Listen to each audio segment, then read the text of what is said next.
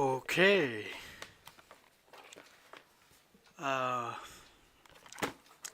ꯂꯥꯛꯅꯔꯗꯤ ꯀꯃꯦꯟ ꯑꯃꯇ ꯄꯤꯕꯤꯔꯛꯑꯣ ꯂꯥꯛꯑꯦꯅ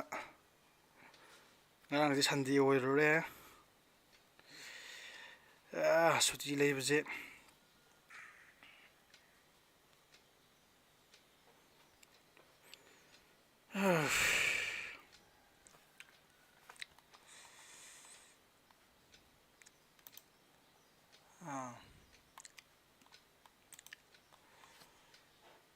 Okay. ꯑꯗꯨꯗꯤ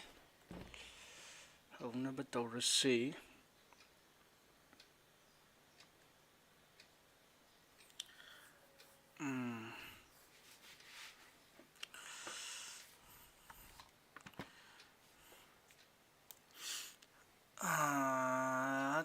सुषमा लाए विजयलक्ष्मी लाए लारिसा लाए विद्यासागर लाए हियारे लाए बोइनाव लाए प्रिंस लाए स्टीविनिया लाए दुगा संगीता लाए नीरज लाए अविनाश लाए ngasi loi sura male ko kana wale lemrembi di lemrembi rosni di rosni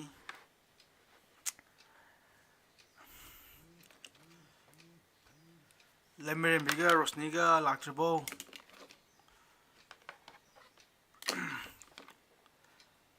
lemrembi ga rosni ga laktri rosni do masang ngamde na haire ado phagramni kamai tore now haije ga nor mani Chetan la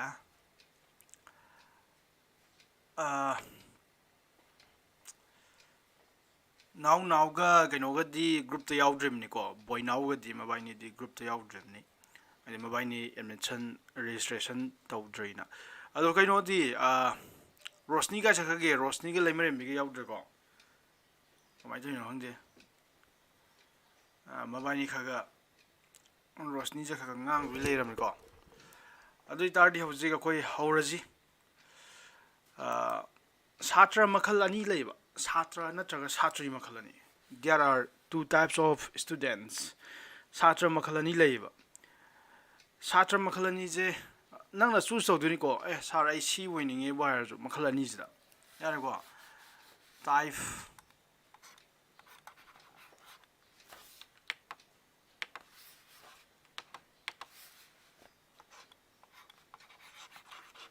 type 1 da han makhan da karamba makhal gi satra no har kan da ko kai dau ga kan da like pa matam da kamai pa ga kan da as akhoi mana like pau hai bai nei like pai ja yar ko akhoi ba na like pau har kan da like pa ba yar ko as ngasi de akhoi ma like pa hai de aduna ai pa roi ai game sana ge natraga na ai sana thu ge yar ko adagi as ngasi di like pa ning dre na pa da ba adagi as ngarang jo akhoi ma like pau hai de ngasi pau hai de heng ju pau hai de na pa da yare ko ahalam na senior am na like pau hai de as ozana homework tawro u hai de yare ko ozana homework tawro hai de aduna uncle ga jigem hot ba my like sam da pa da yare ko ozana follow har kan da hot ba adu anga am le ko ade mathangi makhanjina type 2 jina kar makhan yangang rai kan da as ai keno tongning ai sigi question je am munna khangninge sigi topic je ai kaino khangde am munna khangninge aduna si ma haitaba yade na masadagi khaulang ba tholaga khaurang bai ta na ising khaurang kan ising koi thi bu ising thakningdana koyang ngau bu chakla ma kan da chak cha bu du mai do bai ta masadagi khaurang bam thola kan da tawba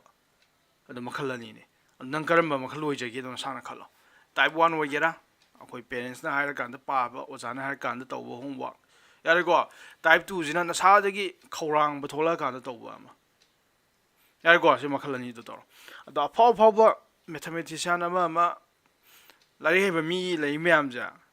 si type 2 je loi chingi ko type 1 je kam oi gide type 1 oi du ja thabak macha masu ama ni tawraga tokpa yare ko se punsi da sugum mi jina taiwan je oine karam khangi mi na oine kan as ai sarkar gi thabam phangadi ai loire e haba yare ko as ai sarkar gi thabam tang phangtar di government job am tang phangtar dei punsi sire nungai ba le roina khanba adum mi do apang ba mi ngatani ko mathong khang da mi ngatani ko kai noi kan da sarkar gi thabak phang paisa bu phangadi yare loba ko sarkar gi thabak phangadi yare loba ado moidudi eta ima ipana haiba ingadumni ha leba mi ne Taiwan da singdu ne punsi jidi paisa do nate ko punsi ji kai noi kan enjoy to hoiba duni yar ko thabak chaung to do darka leite nang pa mi ba ai oza wining bani oza wining ba I je hoje khoi ma ipana hai ne ko as nang sahi li sale ga no to re nang thabak to no hona ro yar ko sarkari thabak police woi oi ata bank ki thabak to oi yar ko thaba ma phangna hono sine adu yam la le aina bank ki thabak to sarkari thabak ne to re khala je ba paisa di phangi ba yai ba ado ai keno di to roi ai punste nungai ba di woiro ai angang laik tak sara ga angang asar na ta bu gyan ta ai ga hajara ga harau je ba ina bank ki thabak to ro ga ai gi ai paisa di phanga ba yai punsi kamaina nungai na hingduno natra ado live enjoy to ba ai je ado na type 2 gi makhan je woi ga dum ni yare ko punsi ji enjoy to ba haiba mi ne punsi hing ba nungai do je ado ado ni aduna noi NDA hauji NDA thabasida heta hathuba yaba nate ai NDA phawda ba yade no hona ga dumni hona matamda yam thu na hona ba yade ba yare ko thaba gudi mak thu na to so yade si noi khangkani ko munna yamunna khangkani ko NDA thaduri na yare ko NDA thaduri na keno di la laimen bi la rosni lak tribo laimen bi ke doreng asi thengadi Rosni di ado NDA thaduni noi NDA thaduni ne tha question je po hot pazu yaba na te ya ko lairamba question me am po hot pa yaba na te nang asi question po hole na ahan question wole mathang ani su question wole ahum su question wole ado na adum kaw ne ba ahan ba je adum kaw gi ne ba ani su question hola kan da mathang ahum su hola kan da ahan ba ani su je mu kaw gi ne ba kai noi kan da concept clear oi de ya de honing ne po hot pa yaba na te first the concept chapter duma thoroughly nang naina badarka leiba badan clear with the yadi yar go sini am important way je nang concept ni am clear way je aduna NDA phauge na honara ga nang question pa hol yam na te nang first na hathu thu ba yade ji am thu ba yade thu na to ba thabam to ba yade aina habdo pothi sina ba habdo mai tai ge yar go nang mun na khan ga dumni nang concept gano I chapter ni matang chapter ni haining is kari no ga na idea do loi phanga matung nang question loi holak tu ne ba adu natana nang sum hota de chapter du na phajana khangdre aduga NDA da hangi ba question mayam adu NDA gi like ta yaw ba question sample mayam adagi gano like yaw ba question pau hot kan da go nang gyan su ta roi kai na kan nang chapter do ozan ta khib da mun ta de ba chapter phajana clear woi dri ba concept mayam do adu ni aina langning jika langning yai kan aina ngarang question ani pi bani amana nupi na taw hare amana nupan taw hare ado nupi taw do mayam yawi ko nupi taw do je Larissa taw do mali Rosni taw do mali adagi khar taw de ado kaino noi warning pi horamni ko ai loi khangawi ko hoji loi panthok pangam do bane loi khangawi taw do mai warning pi horamni ai gidi aina haiba inga dumne habdo aina tuition do ina thawai yawi to ini yo ai gi noi si tuition to na hona da ai thabak mayam mangi ne yare ko aduga ai gi matam mayam kai thoga to ini noi haina hona do to ini se adugi damang tai manthing na bujuna te adu da noi na kai gum ba ina haiba indra di ko ai ju thoi noi te aina hai gyan ta bra aduna aina haiba inga dumni aina hai thabak to yam wa ba thabak su na te sing yalu swai na te adagi nung holu swai na te question ama khatang holu ai ni try to right ni yare ko adu question do hot pa matam du da noi hot lingai do chumme noi do aduni answer ga solution ga khena ba aina haiba do solution ai jina nang da kamai no holak ki aso ba si kamai holai ha answer ai jina last ke answer do ni answer ai ta de last ta ko fall do answer ga we adu solution ai ta de ga ne ba nangona piraiba nangna utliba work to nangi thabak to oh sumaina holakpani mayam do solution gawe yare ko solution answer is na answer di summe ba solution di la le haiduna ina ngarang haido ngahala ngarang we mal ngahan we mal solution di la le haibdo ngarang la ka solution di la le do kai no haikanda nang holi di summe ba aduga nang kano holi ba mawong du di la le ba ado na adu exam da ko daw ya da na adu question dum di nang chum na kholam ba yai ba adu aduga manaba question ama khitang laithu ha ka nang khunga moy ai ko endi da di adu question do hang na have laite adu laithu ga hang pa ju yai yar ko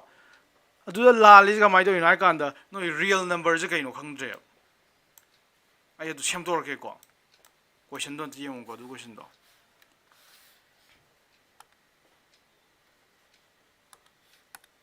smaina bani ahan ba set e ra ga nom pi bani ko I ga ore ko adu sorok pa mai jala ji x such that x belongs to real number ai bani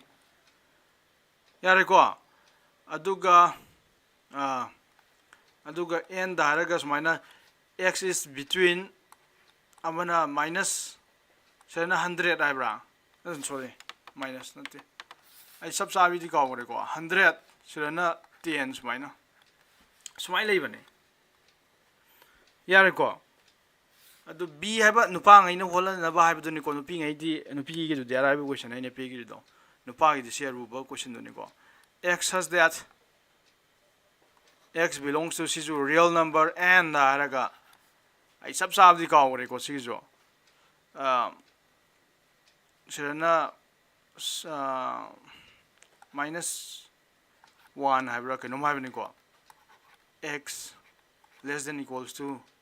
80 aro ai sab sab di khang de ko value ngai do smain di pi game ne ba aduga man ai do a intersection b option number 1 da -1 belongs to a intersection b ever kanu mai bani and option number 2 da -5 belongs to a intersection b ever smaina option sumber khandu ni ko adagi 3 dana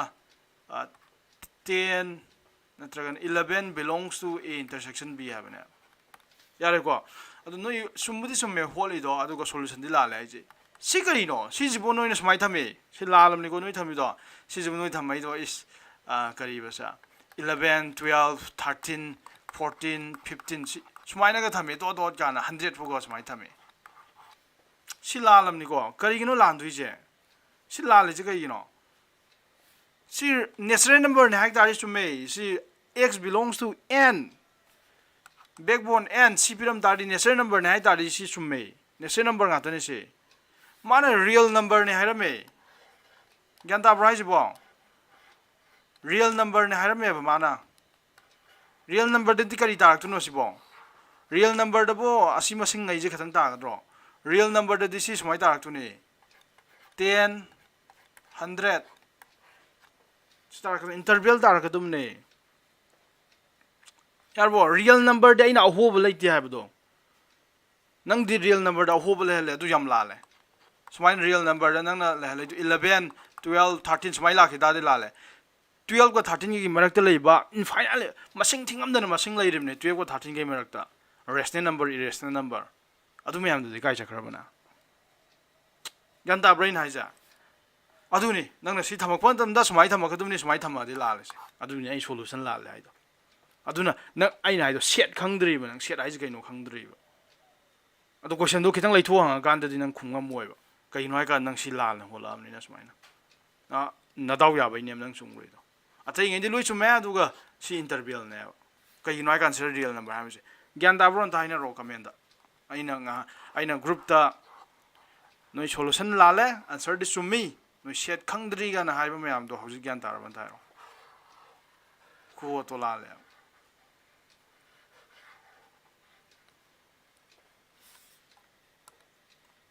gyan ta na bo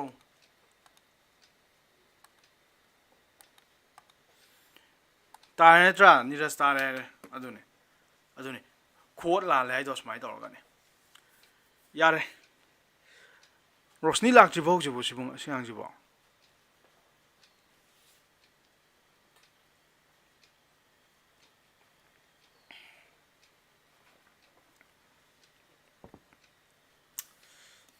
highland tare natra aduni interval gi idea ne obsessional tuise aino gi idea natte mase rosni ha bangang je aina lep su ko in le khula ngarang yaune na mana ha kai no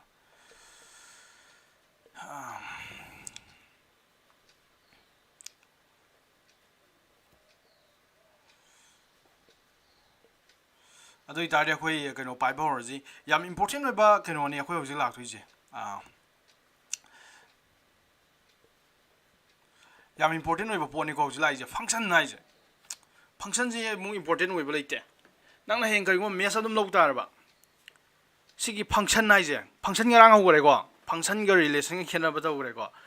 noi khangye ara ga ina question pi ga no phone ngam dab do ngam gi ko no kaino khatang ni phone ngam gi do prince ka gano ga Sangeeta का यार को function याम important होइबा function जे कई गिनो याम important होय हाय कांदा ना हो 12 का तमनी को 11 12 तमे को अदु ग्रेजुएशन तमगेरा मा तमगेरा अदुम फंक्शन जाउ तो लेमे अदे एनी एग्जाम ना एनी एग्जाम थाउ 12 लोइबा अदुम फंक्शन नंगने एनी एग्जाम ना 12 लोइबा ना 12 11 12 कारिङै मनुङ दजु को फंक्शन जेदी अदुम हंगदुरमे फंक्शन नाइ जे कइनो जे यार को फंक्शन के रिलेशन खेना बदो जी 100 जो याद्रो ज्ञान ताद्रो फंक्शन के रिलेशन खेना बा फंक्शन यार को रिलेशन यातनी आइंगोंद लैदुइ जे कइनो आइ कांदा नंगोंद सेट अम लैरे ए को बो सेट अम गा हाइफे रिमाइंड तम जी को ए को बो सेट अम लैरे बी को बो सेट अम लैरे ए दगी बी दे सतबा ए न से लैरे यार को बी न से लैरे ए दगी बी दे सतबा यार को ए दगी बी दे सतबा रिलेशन मयाम रिलेशन नि नंग डिफाइन तौजबा रिलेशन नि नंग तौनिंग बना अपाम बने यार को नंग ना सेमनिंग रिलेशन हम सेमजबा याय नंगी चॉइस ने रिलेशन दे अदो ए दगी बी दे सतबा रिलेशन मयाम जे कना कना नो हाय कांदा ए क्रॉस बी द लो यावने ए कार्टेशियन प्रोडक्ट बी द लो यावने ए दगी बी दे सतबा एदोरबा रिलेशन मयाम से अदुना any relation is a subset of a cross b na habdo a cartesian product b na habdo yar go silai re go sibulai ra adu da function nai da ri kana noi kan da property any gathang chumbam khangal kana karam ba ngang noi kan da relation nga tani lai dui je sida property any na hai ne karam property every element has image every element in a अहन बसेट ए याव element खुदिमक तो mummy लेगदमनी अदुगा अनिसुब property जन करी mummy लैरिबा mummy गै दो unique ओइगदमनी अमदि हन लैबा यादेबा and the images are unique image गै दो unique ओइगदमने सी property अनि जे सुंबा अंगांग रिलेशन मयाम दगी सी प्रॉपर्टी अनि जे सुंबा गै दो खंखलो हाबने अदु जो कनानेबा फंक्शन ओइदोने ज्ञान ताब्रो सिबो लाइसा ज्ञान ताब्रो कइनोगा बोइनाउगा नबाइनी ज्ञान ताब्रो यारे को सिनेबा फंक्शन आइजे फंक्शन के आइडिया जे खंगेको अदो हौजी मखा ताक्थजी फंक्शन आइजे कइनो हेना इन डिटेल्स फंक्शन नि मरमदा नैनरक्सी अदुना व्हाट इज फंक्शन ना तारदी यारे को व्हाट इज फंक्शन ना तारदी कमाइनो खुंगने हाबा फंक्शन आइजे रिलेशन नेबा नत्रो आइना हाइबदो function ngei kai dai khangal ke ba relation mayam de ge dung property ngai chen ba khangal phane aduna function nai je kana no ai ta nang ai je function jing je relation da karam khan ge special relation nai ta special har pa maram di asi property ni je sumak tu ne ba aduna functions are relations in which every element has image and the images are unique I do ne asi property ni je sumba यार को अदो definition दो येंगजी आई definition दो आई पे तो हम रदी कनो तो demand they like the definition का माइट पी के दो आई पे येंग रदी नोइना खंगी में हम दो मांग दे माले अदो ना येंगजी like the आई पी दे भाग तो रखे बोइनाउ येंग द्रबो बोइनाउ दो कमेंट पे ट्रे बोइनाउ नंग ज्ञान था द्रबो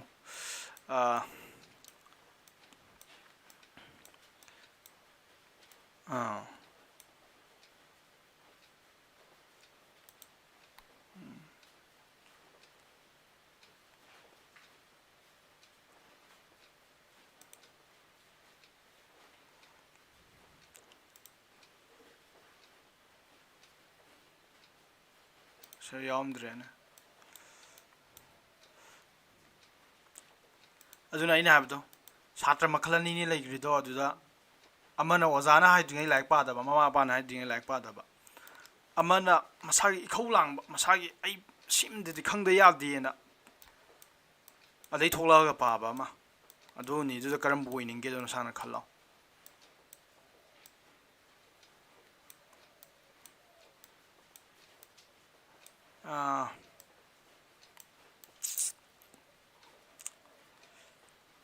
ꯀꯥꯏ ꯆꯠꯈ꯭ꯔꯦ ꯑꯣꯀꯦ ꯁꯤꯗ ꯍꯥꯏꯁꯤꯀꯣ ꯐꯪꯁꯟꯒꯤ ꯗꯦꯐꯤꯅꯤꯁꯟ ꯅꯣꯏ ꯂꯥꯏꯔꯤꯛꯇ ꯍꯥꯏꯗꯤ ꯂꯥꯏꯔꯤꯛꯇ ꯄꯤꯕꯗꯣ ꯂꯥꯏꯔꯤꯛ ꯄꯥꯕ ꯌꯥꯝ ꯏꯝꯄꯣꯔꯇꯦꯟ ꯑꯣꯏ ꯍꯥꯏꯁꯦ ꯑꯣꯖꯥꯒꯤ ꯅꯣꯠꯁꯇꯩꯗꯤ ꯂꯥꯏꯔꯤꯛꯅ ꯍꯦꯟꯅ ꯏꯝꯄꯣꯔꯇꯦꯟ ꯑꯣꯏ ꯂꯥꯏꯔꯤꯛ ꯄꯥꯕ ꯍꯩꯒꯗꯕꯅꯦꯕ ꯌꯥꯔꯦꯀꯣ ꯑꯗꯣ ꯐꯪꯁꯟꯒꯤ ꯗꯦꯐꯤꯅꯤꯁꯟꯁꯦ ꯗꯦꯐꯤꯅꯤꯁꯟ 5 ꯍꯥꯏꯁꯤꯗ ꯅꯣꯏ ꯂꯥꯏꯔꯤꯛꯇꯁꯨ ꯌꯥꯎꯔꯝꯒꯅꯤꯀꯣ ꯄꯦꯖ ꯅꯝꯕꯔ ꯀꯌꯥꯅꯣ ꯐꯥꯛꯇꯣꯛꯅꯔꯣ ꯄꯦꯖ ꯅꯝꯕꯔ 36 ꯑꯣꯏꯔ ꯃꯥꯜꯂꯦ ꯑꯗꯨꯗ ꯐꯪꯁꯟ ꯍꯥꯏꯗꯣ ꯁꯤꯗ ꯗꯦꯐꯤꯅꯤꯁꯟ 5 ꯌꯦꯡꯁꯤꯀꯣ ꯑꯦ ꯔꯤꯂꯦꯁꯟ F ꯔꯤꯂꯦꯁꯟ ꯑꯃ ꯌꯥꯔꯦꯀꯣ ꯔꯤꯂꯦꯁꯟ F ꯀꯧꯕ ꯔꯤꯂꯦꯁꯟ ꯑꯃ from a set A ꯀꯧꯕ ꯁꯦꯠꯇꯒꯤ ꯌꯥꯔꯦꯀꯣ A ꯀꯧꯕ ꯁꯦꯠꯇꯒꯤ to a set B ꯀꯧꯕ ꯁꯦꯠꯇ ꯆꯠꯄ ꯌꯥꯔꯦꯀꯣ ꯁꯤꯒꯨꯝꯕ ꯔꯤꯂꯦꯁꯟ ꯑꯃꯁꯦ is said to be a function ꯑꯃꯅꯤ ꯍꯥꯏꯒꯅꯤ ꯌꯥꯔꯦꯀꯣ if ꯀꯩ ꯇꯧꯔꯗꯤ ꯌꯦꯡꯉꯨꯇꯣ if every element of set A ꯗ ꯌꯥꯎꯔꯤꯕ element ꯈꯨꯗꯤꯡꯃꯛꯁꯦ has one and only one image in set B ꯗ ꯃꯥꯒꯤ ꯃꯃꯤꯁꯦ ꯑꯃ ꯑꯃꯁꯨꯡ ꯑꯃꯗꯩ ꯍꯦꯟꯗꯕ ꯍꯥꯏꯕ one and only one ꯍꯥꯏꯇꯥꯔꯗꯤ unique ꯍꯥꯏꯕꯗꯨꯅꯤꯀꯣ one and only one ꯍꯥꯏꯕ ꯅꯠꯇ꯭ꯔꯗꯤ unique ꯍꯥꯏꯕꯅꯤ ꯑꯗꯨꯅ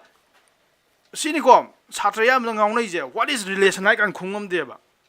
ꯅꯣꯏꯁꯨ ꯍꯌꯦꯡ ꯇꯧꯗꯣꯏꯅꯤ ꯑꯦꯛꯖꯥꯝꯗꯗꯤ ꯍꯪꯉꯗꯣꯏꯅꯤ what is relation what is function hangaduni mark 1 ꯄꯨꯔꯒ ꯅꯠꯇ꯭ꯔꯒꯅ 4 ꯄꯨꯔꯒ ꯑꯦꯛꯖꯥꯝꯄꯜꯒ ꯂꯣꯏꯅꯅ ꯑꯗꯣ ꯈꯨꯡꯉꯝꯗꯦꯕ ꯌꯥꯔꯦꯀꯣ ꯑꯗꯨꯅ ꯐꯪꯁꯟ ꯍꯥꯏꯇꯥꯔꯗꯤ ꯀꯩꯅꯦꯕ ꯁꯦꯠ A ꯗꯒꯤ ꯁꯦꯠ B ꯗ ꯆꯠꯄ ꯑꯗꯨꯒꯨꯝꯕ ꯔꯤꯂꯦꯁꯟꯅꯦꯕ ꯀꯔꯝꯕ ꯔꯤꯂꯦꯁꯟꯅꯣ ꯍꯥꯏ ꯀꯥꯟꯗ ꯃꯥꯒꯤ ꯁꯤꯒꯤ A ꯗ ꯌꯥꯎꯔꯤꯕ ꯏꯂꯤꯃꯦꯟ ꯈꯨꯗꯤꯡꯃꯛꯀꯤ every ꯍꯥꯏꯕ ꯋꯥꯍꯩꯁꯤ ꯏꯝꯄꯣꯔꯇꯦꯟ ꯑꯣꯏꯔꯦ ꯍꯥꯏꯕꯗꯣ ꯀꯩꯒꯤꯅꯣ ꯍꯥꯏ ꯀꯥꯟꯗ ꯁꯣꯝꯗ ꯌꯥꯎꯕꯏꯂꯤꯃꯦꯟ ꯈꯨꯗꯤꯡꯃꯛ ꯑꯣꯏꯒꯗꯕꯅꯦꯕ everyꯏꯂꯤꯃꯦꯟꯁꯦ ꯀꯩꯗꯧꯔꯕ ꯃꯥꯒꯤ unique image one and only one image ꯂꯩꯒꯗꯕꯅꯦꯕ ꯁꯤꯅꯤ ꯂꯣꯏꯔꯦ ꯁꯤꯗ ꯐꯪꯁꯟ ꯍꯥꯏꯁꯤ ꯌꯥꯔꯦꯀꯣ ꯐꯪꯁꯟꯒꯤ ꯗꯦꯐꯤꯅꯤꯁꯟ ꯂꯣꯏꯈꯔꯦ ꯑꯗꯣ sida A ꯍꯥꯏꯕ ꯑꯉꯥꯡꯁꯦ sida S ꯍꯥꯏꯕ ꯑꯉꯥꯡꯁꯦ ꯆꯠꯂꯦ ꯈꯜꯂꯁꯦꯕ S ꯍꯥꯏꯕ ꯑꯉꯥꯡꯁꯦ ꯀꯔꯤ ꯀꯧꯈꯤꯕ ꯏꯃꯦꯖ ꯀꯧꯏ ꯃꯃꯤꯅꯤ ꯍꯥꯏꯈꯤꯕꯗꯣ ꯀꯅꯥꯒꯤ A ꯒꯤ ꯏꯃꯦꯖꯅꯦꯕ ꯑꯗꯨꯅ S is a image of A ꯑꯗꯨ A ꯁꯦ ꯀꯔꯤ ꯀꯧꯔꯅꯤ ꯑꯗꯨ ꯑꯣꯏꯇꯥꯔꯗꯤ A ꯁꯦ ꯑꯩꯈꯣꯏꯅ ꯄ꯭ꯔꯤ ꯏꯃꯦꯖ ꯀꯧꯒꯅꯦꯕ ꯄ꯭ꯔꯤ ꯏꯃꯦꯖꯀꯤ ꯃꯃꯥꯡꯗ ꯂꯩꯕ ꯍꯥꯏꯗꯤ ꯁꯤꯒꯤ ꯏꯃꯦꯖ S ꯁꯤꯕꯨ ꯁꯦꯝꯃꯛꯇꯣꯏꯅꯤ ꯅꯠꯇ꯭ꯔꯥ A ꯅ ꯑꯗꯨꯅ ꯃꯥꯁꯦ ꯄ꯭ꯔꯤ ꯏꯃꯦꯖ ꯀꯧꯏ ꯑꯗꯨ S ꯅ ꯏꯃꯦꯖꯅꯤ ꯁꯦꯠ ꯑꯅꯤꯁꯨꯕ ꯁꯦꯠꯇ ꯌꯥꯎꯔꯤꯕ ꯀꯩꯅꯣ ꯑꯉꯥꯡꯁꯤꯅ ꯏꯃꯦꯖꯅꯤ ꯑꯗꯨꯒ ꯑꯁꯣꯝꯗ ꯃꯥꯕꯨ ꯃꯃꯤꯗꯨꯕꯨ ꯇꯥꯍꯜꯂꯤꯕ ꯑꯁꯣꯝꯒꯤ ꯑꯉꯥꯡꯗꯨꯅ ꯀꯩꯗꯧꯕ ꯄ꯭ꯔꯤ ꯏꯃꯦꯖꯅꯦꯕ ꯌꯥꯔꯦꯀꯣ ꯑꯁꯤ ꯈꯪꯒꯅꯤꯀꯣ ꯑꯁꯤꯗꯤ ꯖꯁ ꯀꯩꯅꯣꯅꯤ ꯑꯩꯈꯣꯏꯒꯤ ꯀꯔꯤ ꯇꯔꯃꯤꯅꯣꯂꯣꯖꯤ ꯇꯥꯝꯉꯩꯗꯨꯅꯤ ꯇꯥꯔꯝꯁꯉꯩꯗꯨꯅꯤ ꯑꯗꯨ ꯌꯥꯔꯦꯁꯦ ꯑꯗꯣ ꯍꯧꯖꯤꯛ ꯑꯩꯅ ꯇꯧꯅꯤꯡꯉꯤꯁꯦ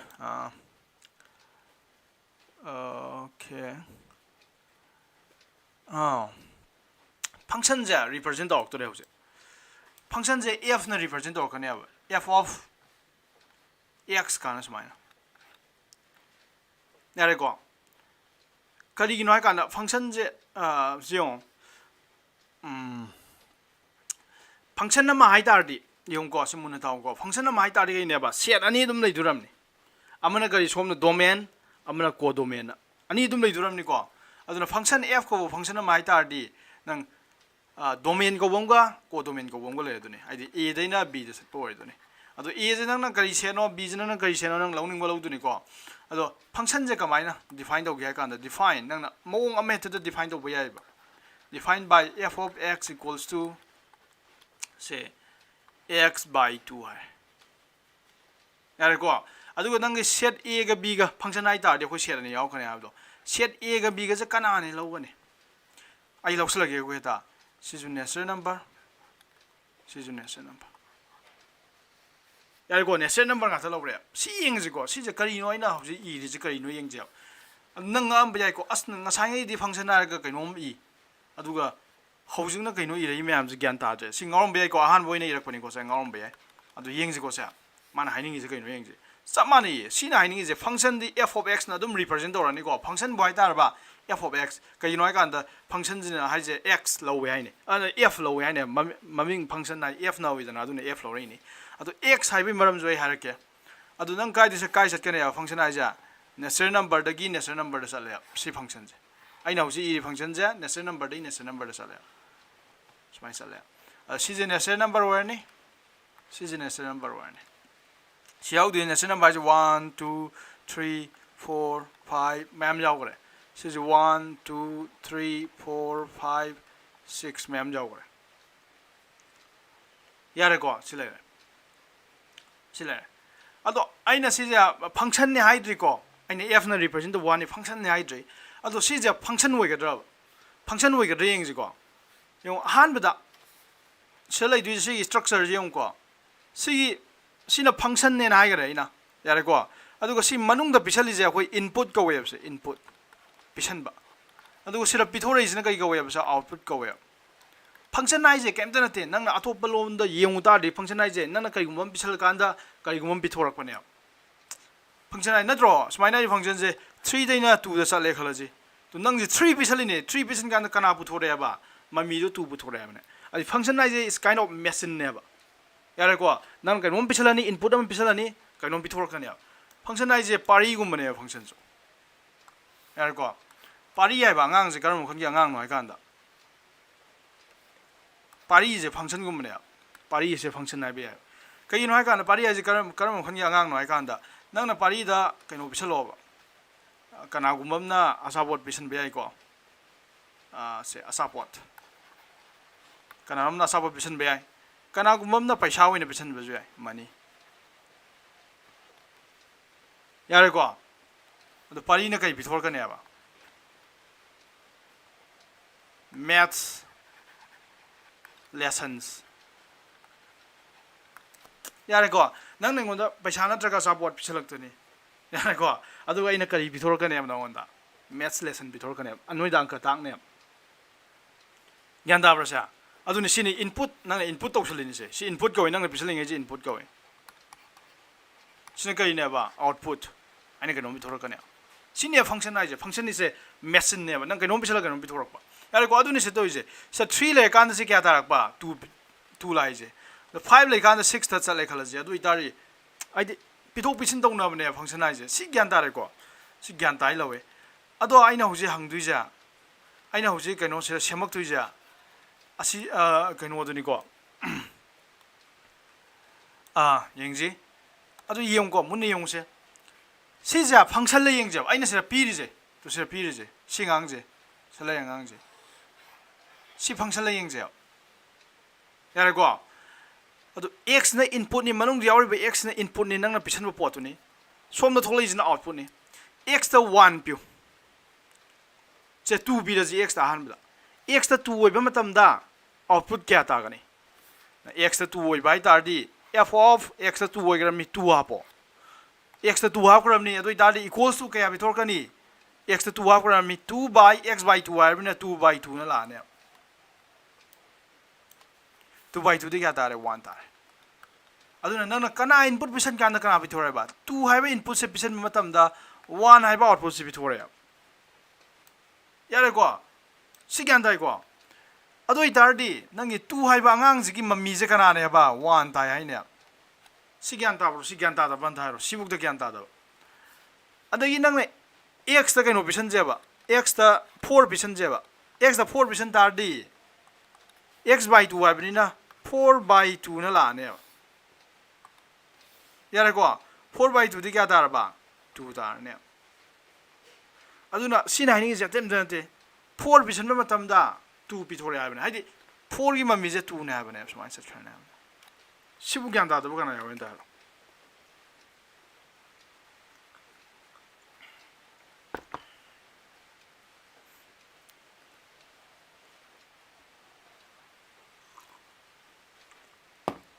ताइको सिबु ज्ञान ताइको अदुनि अखोइना हौजि तौरई टॉपिक से याम कनो ओइबा याम क्रिटिकल प्रिंस ज्ञान ताब्रो याम कनो ओइबा इंपोर्टेंट ओइबा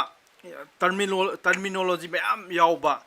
ऑब्स्टेकल मैम यावबा पोट तिंगंग मैम यावबा पोट अम संगजलामने खोय हौजि यारे को अदुना ज्ञान ताहुदब सोयादब यारे को ꯀꯩꯅꯣ ꯀꯔꯤ ꯑꯁꯤꯗꯗꯤ ꯖꯀꯤꯔ ꯍꯨꯁꯦꯟꯅꯗꯤ ꯊꯣꯛꯂꯛꯑꯦꯀꯣ ꯃꯥꯏ ꯃꯃꯤꯡꯁꯦ ꯑꯁ ꯑꯝꯇ ꯌꯦꯡꯒꯦ ꯑꯩ ꯃꯥꯏ ꯃꯃꯤꯡ ꯈꯪꯗ꯭ꯔꯗꯤ ꯌꯥꯔꯔꯣꯏ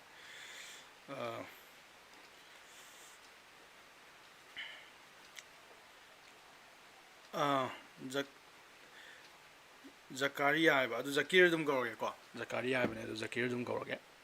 ꯌꯥꯔꯦꯀꯣ ꯖꯀꯤꯔ ꯒ꯭ꯌꯥꯟ ꯇꯥꯕ꯭ꯔꯣ ꯒ꯭ꯌꯥꯟ ꯇꯥꯕ꯭ꯔꯣ ꯖꯀꯤꯔ ꯑꯗꯨꯅꯦ ꯑꯩꯈꯣꯏ ꯇꯤꯡꯉꯪ ꯌꯥꯝ ꯄꯥꯟꯕ ꯂꯝꯕꯤ ꯑꯃꯗ ꯆꯪꯉꯛꯑꯕꯅꯦꯕ ꯑꯩꯈꯣꯏ ꯍꯧꯖꯤꯛ ꯑꯗꯨꯅ ꯅꯪ ꯒ꯭ꯌꯥꯟ ꯇꯥꯗꯕꯁꯨ ꯌꯥꯗꯦꯕ ꯇꯤꯡꯉꯪ ꯌꯥꯝ ꯄꯥꯟꯕ ꯂꯝꯕꯤ ꯑꯃ ꯆꯪꯉꯛꯑꯕꯅꯦ ꯑꯩꯈꯣꯏ ꯑꯗꯨꯅ ꯂꯣꯏ ꯃꯌꯥꯝꯗꯣ ꯃꯆꯥ ꯃꯆꯥꯗꯣ ꯈꯪꯍꯧꯗ ꯌꯥꯗꯦꯕ ꯁꯤꯅ ꯏꯟꯄꯨꯠꯅꯤ ꯊꯣꯛꯂꯛꯏꯗꯨꯅ ꯑꯥꯎꯠꯄꯨꯠꯅꯤ ꯑꯗꯨꯒ ꯅꯪꯅ ꯃꯦꯞ ꯑꯣꯏꯅ ꯌꯦꯛꯂꯀꯥꯟꯗ ꯁꯨꯃꯥꯏꯅ ꯌꯦꯛꯂꯛꯑꯦꯕ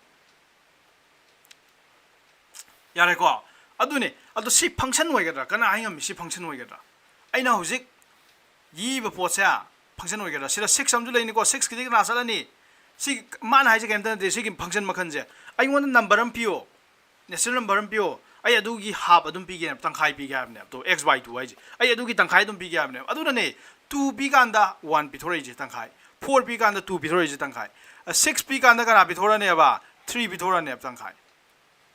ꯌꯥꯔꯦꯀꯣ ꯁꯤ ꯐꯪꯁꯟ ꯑꯣꯏꯒꯗ꯭ꯔꯥ ꯇꯪꯈꯥꯏ ꯇꯪꯈꯥꯏ ꯄꯤꯕꯅꯦ ꯐꯪꯁꯟ ꯑꯣꯏꯒꯗ꯭ꯔꯥ ꯅꯤꯡꯁꯤꯡꯉꯣ ꯐꯪꯁꯟꯗ ꯀꯔꯤ ꯆꯨꯝꯒꯗꯕꯅꯦꯕ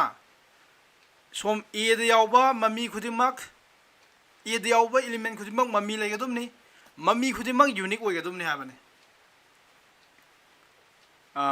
ꯁꯨꯁꯃꯥꯅ ꯑꯣꯏꯅꯤ ꯍꯥꯏꯔꯦ ꯅꯥꯎ ꯍꯥꯏꯁꯦ ꯀꯅꯥꯅꯣ ꯄ꯭ꯔꯤꯟꯁꯅ ꯄ꯭ꯔꯤꯟꯁ ꯍꯥꯏꯁꯦ ꯀꯩꯅꯣ ꯄ꯭ꯔꯤꯟꯁꯅ ꯍꯥꯏꯁꯦ 1ꯒꯤ ꯏꯃꯦꯖ ꯂꯩꯇꯦ ꯆꯦꯇꯅꯤ ꯅꯥꯎ ꯍꯥꯏꯁꯦ ꯍꯥꯏꯅꯔꯣ ꯑꯇꯩꯗꯤ ꯁꯤ ꯐꯪꯁꯟ ꯑꯣꯏꯒꯗ꯭ꯔꯥ ꯑꯣꯏꯔꯣꯏꯗ꯭ꯔꯥ ꯈꯔ ꯑꯃꯅ ꯑꯣꯏꯅꯤ ꯍꯥꯏꯔꯦ ꯈꯔ ꯑꯃꯅ ꯑꯣꯏꯔꯣꯏ ꯍꯥꯏꯔꯦ ꯏꯁꯇꯦꯕꯤꯅꯤꯌꯥ ꯑꯣꯏꯔꯣꯏ ꯍꯥꯏꯔꯦ ꯍꯧꯖꯤꯛꯐꯥꯎꯗ ꯑꯣꯏꯅꯤ ꯍꯥꯏꯁꯦ ꯀꯩꯅꯣ ꯈꯛꯇꯪꯅꯤ ꯑꯣꯏꯔꯣꯏ ꯍꯥꯏꯁꯦ ꯁꯨꯁꯃꯥ ꯈꯛꯇꯪꯅꯤ ꯑꯣꯏꯔꯣꯏ ꯍꯥꯏꯁꯦ ꯁꯤ ꯐꯪꯁꯟ ꯑꯣꯏꯔꯣꯏ ꯁꯨꯁꯃꯥ ꯀꯩꯁꯨ ꯀꯥꯏꯗꯦ ꯁꯨꯁꯃꯥꯅ ꯂꯥꯟꯕ ꯀꯩꯁꯨ ꯀꯥꯏꯗꯦꯀꯣ ꯁꯤ ꯐꯪꯁꯟ ꯑꯣꯏꯔꯣꯏ ꯀꯔꯤꯒꯤꯅꯣ ꯐꯪꯁꯟ ꯑꯣꯏꯔꯣꯏꯗꯣꯏꯁꯦ ꯀꯔꯤꯒꯤꯅꯣ ꯈꯪꯕ꯭ꯔꯥ ꯐꯪꯁꯟꯗꯗꯤ ꯀꯩ ꯍꯥꯏꯈꯤꯕ ꯁꯣꯝꯗ ꯂꯩꯕ ꯑꯍꯥꯟꯕꯗ ꯂꯩꯕ ꯏꯂꯤꯃꯦꯟ ꯈꯨꯗꯤꯡꯃꯛꯇꯣ ꯃꯃꯤ ꯂꯩꯒꯗꯕꯅꯦ ꯍꯥꯏꯕꯗꯣ ꯑꯦꯕ꯭ꯔꯤ ꯍꯥꯏꯕ ꯋꯥꯍꯩꯗꯨꯅꯤ ꯌꯥꯝ ꯏꯝꯄꯣꯔꯇꯦꯟ ꯑꯣꯏꯁꯦ ꯑꯦꯕ꯭ꯔꯤ ꯏꯂꯤꯃꯦꯟ ꯏꯟ ꯑꯦꯗꯣ ꯁꯤ ꯑꯣꯏꯈ꯭ꯔꯕꯅꯤ ꯍꯦꯁ ꯏꯃꯦꯖ ꯂꯩꯒꯗꯕꯅꯦꯕ ꯑꯗꯣ 1ꯒꯤ ꯃꯃꯤ ꯂꯩꯕ꯭ꯔꯣꯅꯦ ꯁꯨꯁꯃꯥ 1ꯁꯦ ꯀꯅꯥ ꯆꯠꯀꯅꯤ 1ꯗꯤ ꯀꯅꯥ ꯆꯠꯂꯅꯤ 1 ꯍꯥꯞꯇ ꯆꯠꯇꯣꯏꯅꯤ 1ꯒꯤ ꯇꯪꯈꯥꯏ ꯑꯗꯣ ꯃꯥꯅ ꯆꯠꯀꯦꯅ ꯂꯥꯛꯄ ꯃꯇꯝꯗ 1 ꯍꯥꯞꯇꯣ ꯁꯣꯝꯗ ꯌꯥꯎꯕ꯭ꯔꯣ ꯌꯥꯎꯗꯦ ꯁꯣꯝꯗ ꯅꯦꯆꯔꯦꯜ ꯅꯝꯕꯔ ꯉꯥꯛꯇꯅꯤ ꯁꯤ ꯌꯥꯎꯔꯤꯁꯦ 1 2 3 4 5 6 ꯑꯗꯨꯅꯦ ꯑꯗꯣ 1ꯁꯦ ꯀꯅꯥ ꯆꯠꯇꯣꯏꯅꯦꯕ 1 ꯍꯥꯞꯇ ꯆꯠꯇꯣꯏꯅꯦꯕ 1/2 ꯑꯗꯨ 1/2ꯗꯤ ꯌꯥꯎꯔꯝꯗ꯭ꯔꯦꯕ ꯅꯦꯆꯔꯦꯜ ꯅꯝꯕꯔꯗ ꯑꯗꯨꯅ ꯃꯥꯒꯤ ꯃꯃꯤ ꯂꯩꯇꯦ ꯍꯥꯏꯒꯅꯦꯕ ꯑꯗꯨꯅ ꯑꯍꯥꯟꯕ ꯐꯪꯁꯟ ꯑꯣꯏꯒꯦ ꯍꯥꯏ ꯇꯥꯔꯗꯤ ꯑꯍꯥꯟꯕ ꯀꯟꯗꯤꯁꯟꯗ ꯀꯩꯗꯧꯔꯕ ꯑꯦꯕ꯭ꯔꯤꯏꯂꯤꯃꯦꯟ ꯍꯦꯁ ꯏꯃꯦꯖ ꯍꯥꯏꯕꯅꯦꯕ ꯃꯃꯤ ꯂꯩꯒꯗꯕꯅꯦꯕ ꯁꯣꯝꯗ ꯂꯩꯕ ꯏꯂꯤꯃꯦꯟ ꯈꯨꯗꯤꯡꯃꯛ ꯑꯗꯣ ꯃꯃꯤ ꯂꯩꯕ꯭ꯔꯥ ꯁꯤꯕꯣ ꯃꯃꯤ ꯂꯩꯇꯦ ꯃꯥꯒꯤ ꯌꯥꯔꯦꯀꯣ ꯑꯗꯨꯅ ꯁꯤ ꯑꯍꯥꯟꯕ ꯀꯟꯗꯤꯁꯟ ꯂꯥꯜꯂꯦ ꯑꯅꯤꯁꯨꯕ ꯀꯟꯗꯤꯁꯟꯗꯤ ꯆꯨꯝꯕ꯭ꯔꯥ ꯂꯥꯟꯕ꯭ꯔꯥ ꯈꯪꯗꯦꯀꯣ ꯑꯍꯥꯟꯕ ꯂꯥꯜꯂꯕꯅꯤꯅ ꯑꯩꯈꯣꯏ ꯂꯥꯜꯂꯦ ꯍꯥꯏꯅ ꯒ꯭ꯌꯥꯟ ꯇꯥꯕ꯭ꯔꯣ ꯁꯦ ꯁꯨꯁꯃꯥ ꯒ꯭ꯌꯥꯟ ꯇꯥꯔꯕꯣ ꯁꯤ ꯐꯪꯁꯟ ꯅꯠꯇ꯭ꯔꯤꯁꯦ ꯒ꯭ꯌꯥꯟ ꯇꯥꯔꯕꯣ ꯁꯨꯁꯃꯥ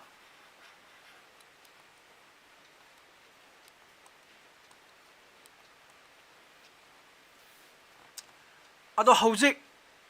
ꯁꯨꯁꯃꯥ ꯒ꯭ꯌꯥꯟ ꯇꯥꯔꯕ ꯍꯥꯏꯔꯣ ꯑꯗꯣ ꯍꯧꯖꯤꯛ ꯑꯩꯅ ꯍꯧꯖꯤꯛ ꯃꯣꯗꯤꯐꯤꯀꯦꯁꯟ ꯈꯔ ꯇꯧꯗꯣꯔꯦꯕ ꯇꯥꯔꯦ ꯃꯣꯗꯤꯐꯤꯀꯦꯁꯟ ꯈꯔ ꯇꯧꯗꯣꯔꯦꯕ ꯑꯩꯅ ꯉꯁꯥꯏꯗꯤ ꯅꯦꯆꯔꯦꯜ ꯅꯝꯕꯔꯗ ꯊꯥꯕꯅꯤꯀꯣ ꯉꯁꯥꯏ ꯅꯦꯆꯔꯦꯜ ꯅꯝꯕꯔ ꯊꯥꯕꯅꯤꯀꯣ ꯑꯩ ꯍꯧꯖꯤꯛ ꯅꯦꯆꯔꯦꯜ ꯅꯝꯕꯔꯗꯒꯤ ꯀꯩꯅꯣ ꯊꯥꯒꯦꯕ ꯀꯩꯅꯣꯗ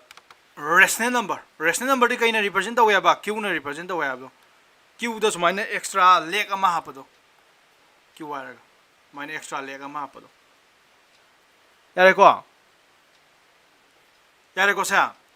ꯑꯗꯨꯅ ꯅꯪꯒꯤ ꯗꯣꯃꯦꯟꯁꯦ ꯅꯦꯆꯔꯦꯜ ꯅꯝꯕꯔꯅꯤ ꯀꯣꯗꯣꯃꯦꯟꯁꯤꯅ ꯔꯦꯁꯅꯦꯜ ꯅꯝꯕꯔꯅꯤ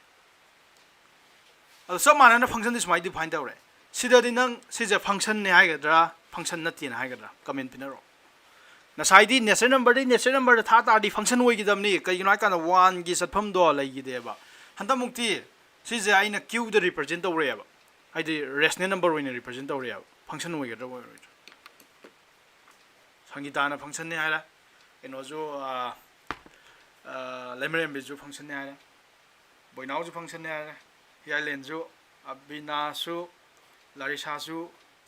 ꯅꯤꯔꯖꯁꯨ ꯖꯀꯤꯔꯁꯨ ꯁ꯭ꯇꯦꯕꯦꯅꯤꯌꯥꯁꯨ ꯕꯤꯗ꯭ꯌꯥꯁꯥꯒꯔꯁꯨ ꯂꯣꯏ ꯑꯣꯏꯅꯦ ꯍꯥꯏꯔꯦ ꯀꯔꯤꯒꯤꯅꯣ ꯃꯔꯝꯁꯦ ꯀꯩꯒꯤꯅꯣ ꯍꯥꯏꯕ ꯃꯇꯝꯗ ꯃꯔꯝꯁꯦ ꯀꯩꯒꯤꯅꯣ ꯍꯥꯏꯕ ꯉꯁꯥꯏ 1/2 ꯍꯥꯏꯕ ꯑꯉꯥꯡꯁꯦ ꯃꯥꯒꯤ ꯃꯃꯤ ꯂꯩꯒꯗꯕꯅꯦꯕ ꯍꯧꯖꯤꯛꯇꯤ ꯂꯩꯔꯛꯑꯅꯦꯕ ꯀꯩꯒꯤꯅꯣ ꯍꯥꯏꯀꯥꯟꯗ ꯁꯤꯁꯦ ꯔꯦꯁꯅꯦꯜ ꯅꯝꯕꯔ ꯑꯣꯏꯒꯦꯔꯕ ꯔꯦꯁꯅꯦꯜ ꯅꯝꯕꯔꯗꯗꯤ ꯐ꯭ꯔꯦꯛꯁꯟꯉꯩ ꯂꯣꯏ ꯌꯥꯎꯔꯛ ꯌꯥꯔꯦ 1/2 1/3 ꯀꯩꯒꯤꯅꯣ ꯍꯥꯏꯀꯥꯟꯗ ꯔꯦꯁꯅꯦꯜ ꯅꯝꯕꯔꯒꯤ ꯗꯦꯐꯤꯅꯤꯁꯟꯗ P/Qꯒꯤ ꯐꯣꯝꯗ ꯂꯩꯒꯗꯕꯅꯦ ꯍꯥꯏꯕꯗꯣ ꯍꯥꯏꯕꯗꯤ ꯐ꯭ꯔꯦꯛꯁꯟ ꯂꯣꯏ ꯌꯥꯎꯔꯛꯄ ꯌꯥꯗꯣꯔꯕꯅꯦꯕ ꯑꯗꯨꯅ ꯁꯤꯗ 1/2 ꯑꯗꯨ ꯂꯣꯏ ꯌꯥꯎꯔꯛꯑꯅꯦ ꯃꯥ ꯂꯣꯏ ꯁꯦꯝꯃꯛꯑꯅꯦ ꯁꯤ ꯒ꯭ꯌꯥꯟ ꯇꯥꯔꯕ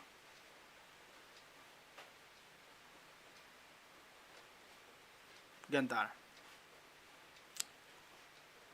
ꯌꯥꯔꯦꯀꯣ ꯑꯗꯨꯅ ꯐꯪꯁꯟ ꯍꯥꯏꯁꯦ ꯅꯪ ꯌꯦꯡꯉꯦꯀꯣ ꯁꯤꯗꯒꯤ ꯑꯩꯅ ꯅꯪꯉꯣꯟꯗ ꯎꯍꯜꯂꯤꯁꯦ ꯀꯩꯝꯇ ꯅꯠꯇꯦ ꯍꯌꯦꯡꯉꯩ ꯁꯨꯃꯥꯏꯅ f(x) = x square ꯒꯥꯅ ꯍꯥꯏꯔꯝ ꯀꯥꯟꯗ ꯅꯪ ꯑꯗꯨꯝ ꯈꯪ ꯌꯥꯔꯦꯕ ꯑꯣ ꯁꯤꯁꯦ ꯐꯪꯁꯟꯒꯤ ꯑꯥꯏꯗꯤꯌꯥ ꯎꯠꯂꯛꯀꯦ ꯇꯧꯔꯤꯅꯦꯅ ꯒ꯭ꯌꯥꯟ ꯇꯥꯔꯦꯀꯣ ꯍꯤꯌꯥꯏꯂꯦꯟ ꯍꯥꯏꯁꯦ because all elements in the domain will get a image a unique one ꯁꯤꯒꯤꯅꯤꯀꯣ ꯑꯗꯨꯃꯥꯏꯅ ꯌꯥꯔꯦꯀꯣ ꯍꯌꯦꯡꯒꯩ ꯁꯨꯃꯥꯏꯅ f(x) = x square ꯒꯥꯅ ꯁꯨꯃꯥꯏꯅ x/2 x/3 ꯁꯨꯃꯥꯏꯅ ꯄꯤꯔꯝ ꯀꯥꯟꯗ ꯁꯤ ꯐꯪꯁꯟꯒꯤ ꯑꯥꯏꯗꯤꯌꯥ ꯎꯠꯂꯛꯇꯣꯔꯕꯅꯦ ꯁꯤ ꯑꯃ ꯈꯪꯉꯣ ꯌꯥꯔꯦꯀꯣ ꯍꯧꯖꯤꯛ ꯑꯩꯈꯣꯏ ꯐꯪꯁꯟ ꯃꯈꯜ ꯅꯩꯅꯔꯛꯈꯤꯅꯤ ꯑꯗꯣ ꯐꯪꯁꯟ ꯃꯈꯜ ꯅꯩꯅꯗ꯭ꯔꯤ ꯃꯃꯥꯡꯗ ꯑꯩꯈꯣꯏ ꯐꯪꯁꯟ ꯑꯣꯏꯕ꯭ꯔꯥ ꯑꯣꯏꯗꯕ꯭ꯔꯥ ꯑꯃꯇꯪꯒ ꯌꯦꯡꯒꯦꯁꯤꯀꯣ ꯑꯗꯨ ꯑꯣꯏꯇꯥꯔꯗꯤ ꯍꯧꯖꯤꯛ ꯀꯅꯥ ꯍꯥꯏ ꯉꯝꯃꯤꯁꯤꯔꯥ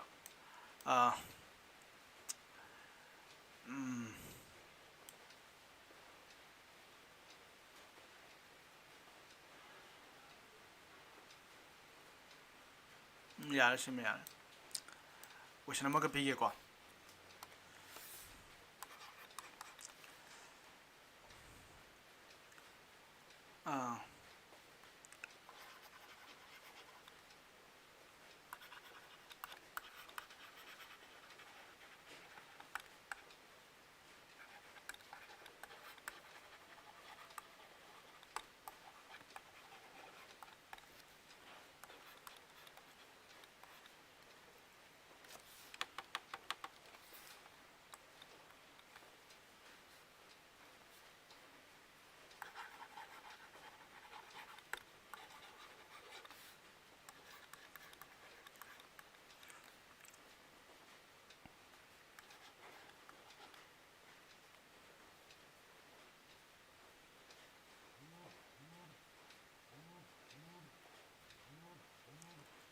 ꯑꯗꯨꯗꯤ ꯀꯃꯥꯏꯅ ꯄꯤꯕ x square ꯑꯗꯨꯗꯤ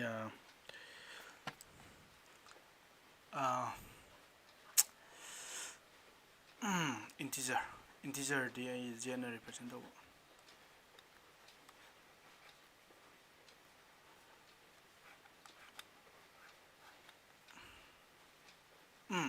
ꯁꯤ ꯇꯧꯔꯣ ꯅꯪꯁꯦ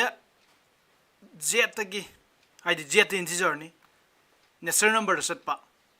ꯅꯪꯒꯤ f(ꯁꯦ ꯑꯗꯣ f(x) ꯅꯪꯅ x ꯄꯤꯁꯟꯕ ꯈꯨꯗꯤꯡꯒꯤ ꯁ꯭ꯀ꯭ꯋꯦꯔ ꯑꯣꯏꯅ ꯊꯥꯗꯣꯔꯛꯀꯅꯦꯕ ꯅꯪꯅ f(1) ꯍꯥꯏꯇꯥꯔꯗꯤ 1 square f(2) ꯍꯥꯏꯇꯥꯔꯗꯤ 4 ꯇꯥꯔꯅꯤ f(3) ꯗꯤ 9 ꯇꯥꯔꯅꯤ ꯁꯤꯁꯦ ꯐꯪꯁꯟꯂ ꯅꯠꯇꯕ꯭ꯔꯥ ꯌꯦꯡꯉꯣꯕ ꯅꯣꯏ ꯀꯩꯗꯧꯅꯤ ꯍꯥꯏ ꯀꯥꯟꯗ ꯁꯤ ꯍꯣꯠꯂꯣ ꯑꯗꯨꯒ ꯒ꯭ꯔꯨꯞꯇ ꯊꯥꯒꯠꯂꯛꯑꯣꯀꯣ ꯑꯩ ꯒ꯭ꯔꯨꯞꯇ ꯊꯥꯒꯠꯂꯛꯑꯣ ꯑꯩ ꯍꯧꯖꯤꯛ ꯆꯦꯛ ꯇꯧꯗꯣꯏꯅꯤ ꯑꯗꯣ ꯖꯀꯤꯔꯗꯤ ꯒ꯭ꯔꯨꯞꯇ ꯌꯥꯎꯔꯦ ꯀꯩꯅꯣꯒ ꯕꯣꯏꯅꯥꯎꯒ ꯀꯩꯅꯣꯒꯗꯤ ꯒ꯭ꯔꯨꯞꯇ ꯌꯥꯎꯗꯕꯅꯤꯀꯣ ꯀꯩꯅꯣꯒ ꯆꯦꯇꯟꯒ ꯑꯗꯣ ꯅꯕꯥꯏꯅꯤꯗꯤ ꯍꯣꯠꯀꯦꯁꯨ ꯍꯣꯠꯂꯣ ꯍꯣꯠꯇ꯭ꯔꯁꯨ ꯀꯩꯁꯨ ꯀꯥꯏꯗ꯭ꯔꯦ ꯑꯗꯣ ꯍꯣꯔꯦꯟꯗꯩꯗꯤ ꯑꯩ ꯅꯕꯥꯏꯅꯤ ꯒ꯭ꯔꯨꯞꯇ ꯌꯥꯎꯕ ꯌꯥꯏ ꯑꯩ ꯔꯦꯖꯤꯁꯇ꯭ꯔꯦꯁꯟ ꯇꯧꯔ ꯃꯇꯨꯡꯗ ꯑꯗꯣ ꯌꯦꯡꯉꯁꯤ ꯅꯕꯥꯏꯅꯤꯒꯤꯗꯤ ꯍꯣꯠꯂꯛꯇ꯭ꯔꯁꯨ ꯌꯥꯔꯦ ꯑꯗꯣ ꯅꯁꯥꯅ ꯍꯣꯠꯀꯦꯗꯤ ꯑꯗꯨꯝ ꯍꯣꯠꯂꯣ ꯑꯩꯉꯣꯟꯗ ꯑꯗꯨꯝ ꯋꯥꯆꯞꯇ ꯊꯥꯒꯠꯂꯛꯀꯦꯁꯨ ꯀꯩꯁꯨ ꯀꯥꯏꯗꯦ ꯑꯩꯉꯣꯟꯗ ꯋꯥꯆꯞ ꯄꯔꯁꯣꯅꯦꯜ ꯃꯦꯁꯦꯖ ꯑꯣꯏꯅ ꯊꯥꯔꯛꯄ ꯀꯩꯁꯨ ꯀꯥꯏꯗꯦ ꯑꯗꯣ ꯑꯇꯩꯉꯩꯗꯤ ꯒ꯭ꯔꯨꯞꯇ ꯂꯣꯏ ꯊꯥꯒꯠꯂꯣ ꯁꯤ ꯍꯣꯠꯂꯣ ꯆꯦꯛ ꯇꯧꯔꯁꯦ ꯑꯗꯨꯒ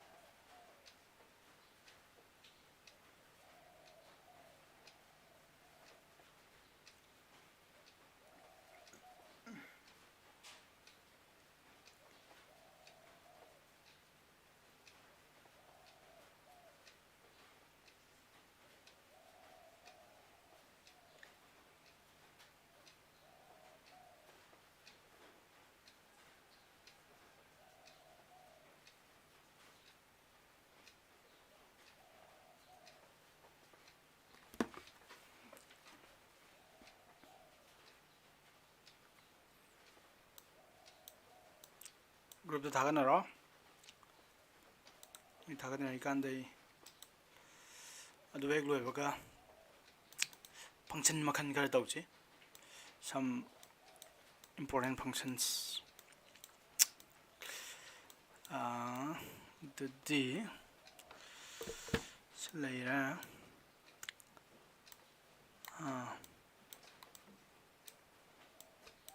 page number identity function ꯃꯊꯪ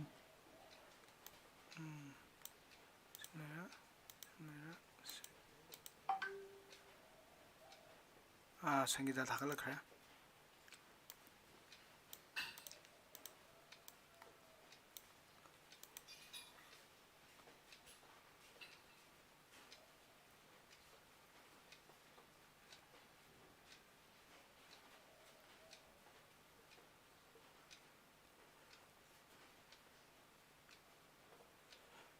oops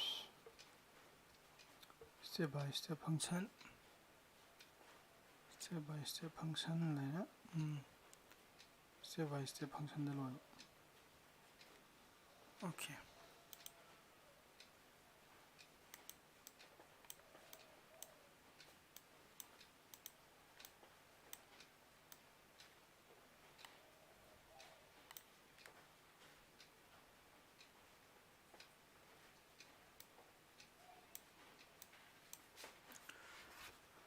ꯆꯦꯛ ꯇꯧꯍꯧꯔꯁꯤꯀꯣ ꯀꯩꯅꯣ ꯇꯧꯈ꯭ꯔꯦ ꯁꯪꯒꯤꯇꯥꯒꯤ is not a function because 0 no element ꯌꯦꯡꯉꯁꯤ ꯁꯪꯒꯤꯇꯥꯒꯤꯁꯤ ꯉꯥꯛꯇꯪ ꯊꯝꯈꯤꯁꯤ prince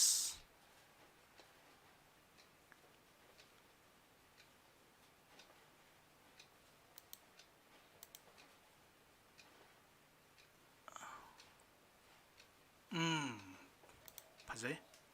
ꯁꯪꯒꯤꯇꯥꯒ ꯄ꯭ꯔꯤꯟꯁꯀ ꯃꯕꯥꯅꯤ ꯄꯤꯔꯛꯏꯁꯦ ꯐꯖꯩ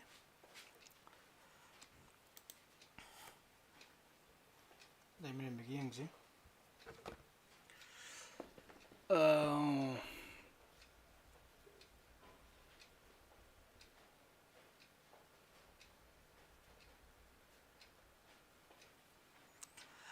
notice not zero square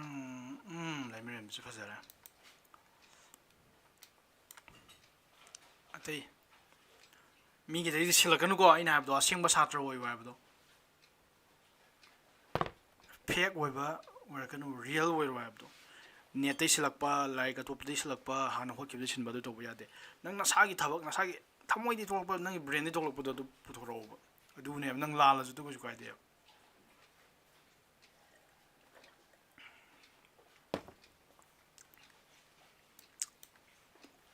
ꯑꯇꯩ ꯂꯣꯏꯔꯗꯤ ꯊꯥꯒꯠꯅꯔꯣ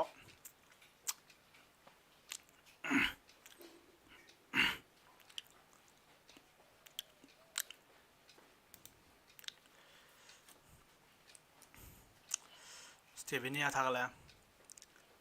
this not a function ꯃꯔꯝꯗꯤ ꯄꯤꯔꯝꯗꯦ ꯁ꯭ꯇꯦꯕꯤꯅꯤꯌꯥ ꯅꯪ ꯃꯔꯝ ꯄꯤꯔꯣ ꯅꯪ ꯃꯔꯝ ꯄꯜꯂꯝꯗꯦꯕ ꯐꯪꯁꯟ ꯅꯠꯇꯦ ꯆꯨꯝꯃꯦꯕ ꯃꯔꯝꯗꯤ ꯄꯜꯂꯝꯗꯦꯕ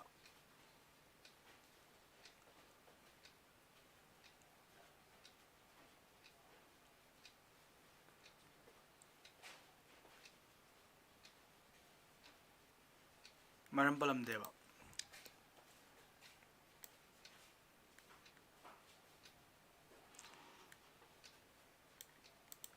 ꯍꯦꯂꯦꯟ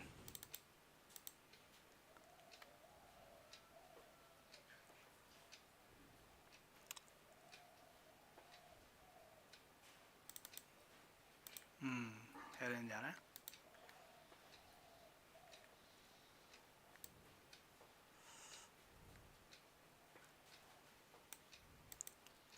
ꯑꯗꯒꯤ ꯖꯀꯤꯔ it's not a function because okay ꯖꯀꯤꯔ ꯆꯨꯝꯃꯦ ꯁꯨꯁꯃꯥ ꯆꯨꯝꯃꯦ ꯑꯇꯩꯗꯤ Abinash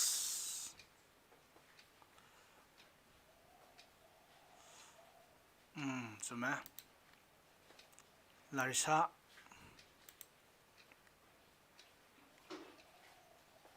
chume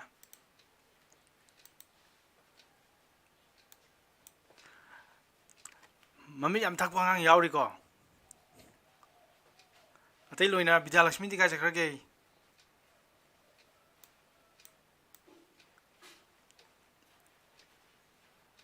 Vidyalakshmi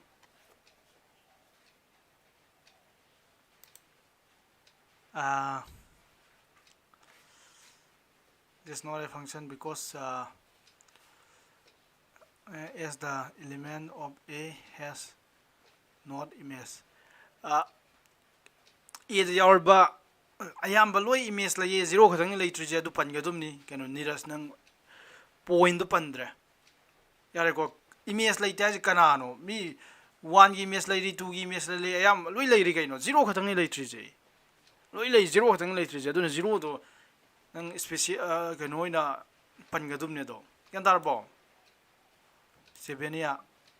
keno dikai chakrage akhoi gi Vidyalakshmi Stevenia sume Vidyalakshmi di kaya ograba yare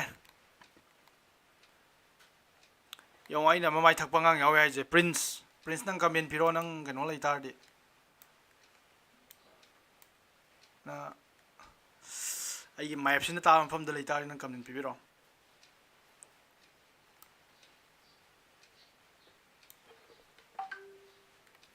Vidyalakshmi thakala yeah Prince lay re ko ay mayap sinatawang from the lay Prince na hay siya yung ko Prince mamay khar thai ko sila na sina jet ni set of integers adugo sina kanane ba sina necessary number set of necessary number and set of necessary number like just 1 2 3 4 5 6 7 8 9 10 11 loi legere ko sibu gyan tana ko set of integer right ni sira integer dadi kan le ni 0 -1 -2 -3 -4 1 2 3 4 5 yare ko siare ko to hanbda mayam na pinay loi mane yare ko prince kadang ni mana trije mayam na haja ate gi loi mami leiba 1 gi mami kana ta ne 1 gi mami ja 1 square hek to ni ka you know kan f of -1 hai -1 gi mami f of -1 di -1 square -1 square di ka tar ba 1 tai adoi tar di -1 ji kana salani 1 salani sibu ya ningi ko the f of 0 de kana ta to ba 0 di 0 square ni 0 square di ka tar ba 0 adoi tar di 0 gi mami leite ka you know kan sira 0 ko bom to leite 0 di 0 sat ke dum ne to 0 yaudri ne sa number da yare ko aduna mayam na haje sira loi hanerak pane oh 0 gi mami le amdre aduna function na tiena asim ni summe ba ado prince ki ja noi mayam na hairo bo kai da lan ge do hairo bo ko f of 1 gi value di kya tare f of 1 gi value di kya tar ga kan da 1 square tar ne bo 1 tar ne bo du are ko ado tar di f of 1 gi value ja 1 tar yare ko mathang da f of 2 gi value di kya ta ga ne f of 2 gi value di 2 square have di 4 tar ne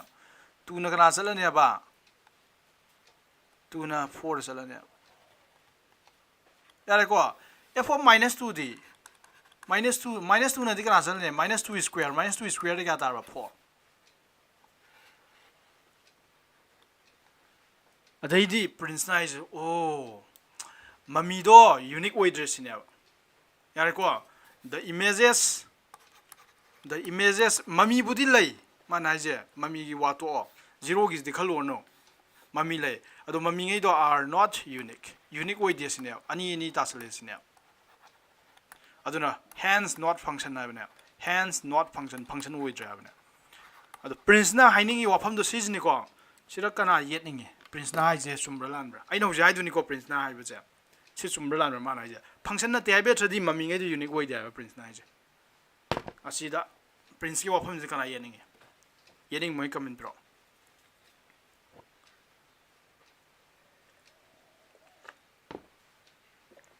Vidalakshmi yelakre ataydi kana yeninge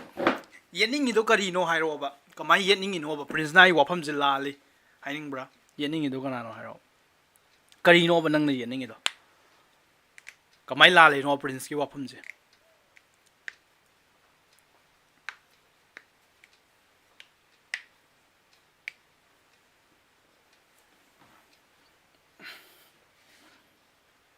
ataydi kam khangdro bose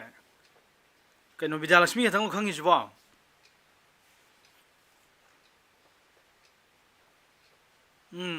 Neeraj na unique way haira ataydi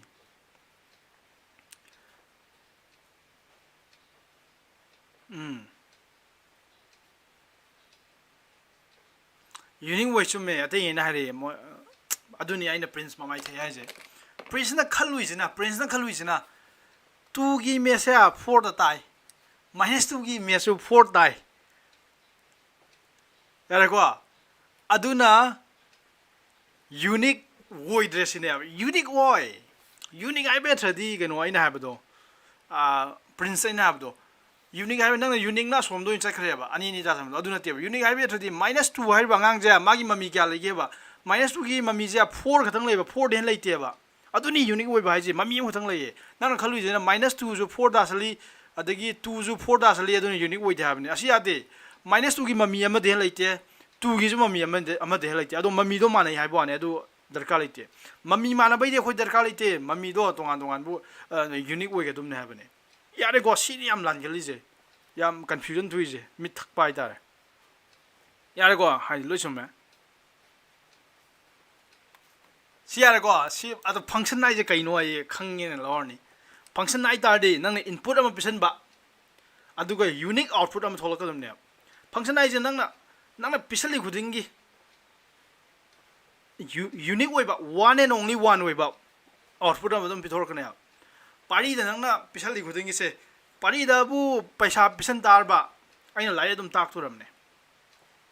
yare ko ado pari da charger pisal ba phone charger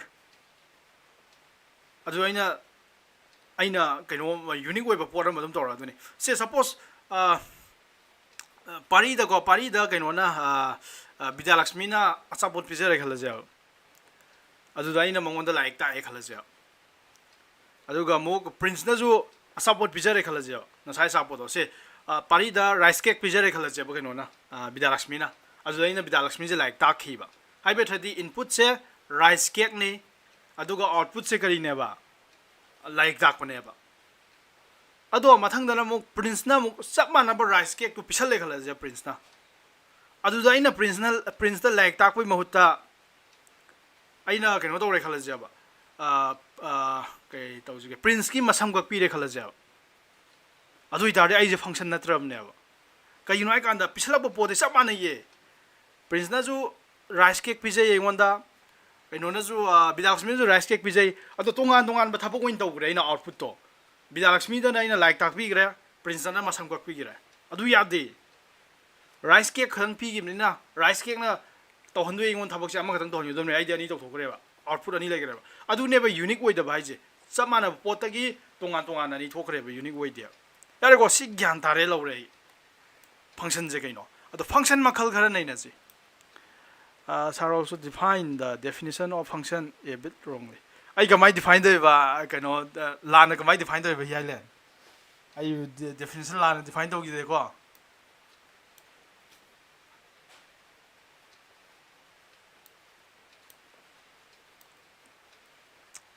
hौजिक कनो तौजी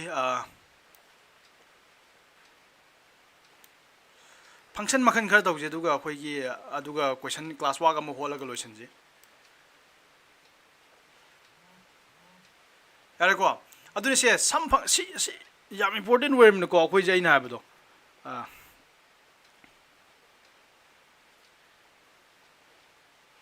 no हियाले noise लाले मयाम comment दियो हियाले noise लाले मा अतोप सेन जम जखरे मान हाइजे aina unique define to baja la lisini adu mana define to region kamaina hai no aganda unique means all elements will have a different image mana haije unique haibe thadi element khudimak tongan be image laigani asil la le ko ma jo prince ka mai thapai na samana habdo मान हाइजे Prince ना खलम बदुमंग नि मान हाइजे unique highway अथदी element खुदिमक तोंगान तोंगान बे image लाइगने हाबनी अदो लाइते -2 सब मानब element 4 लाइगिजिदी image 4 लाइगिजिदी अदुना element खुदिमक तोंगान तोंगान बे image लाइने हाइबा लाइते यारे को element खुदिमक केदोर बाइन हाइबे थदी unique image लाइगे दुमने हाबनी ममी अमदे हेन लाइबे यारो हाबनी अदो सब मानब ममी लेसन बदी याय ज्ञान दारबा अदुनी हियालेन हाइजे लाले unique हाइबे अथदी हियालेन हाइजे unique means all element will have different image हाइबा असिलाले को लान मरम खंगे को हजिकिदो माना इजे तोंगा तोंगा इमेज लाइने हाबनी सब मानब ममी लेसलस याय कइनो हागा -2 गा 2 गा सब मानब ममी लेजिदी अदुनी हियालेन हाइदो लाले अदो इना कछु काइदे छात्र जदि लानगदमनि लाल लालगा सुमकदमनि हाइरकदमनि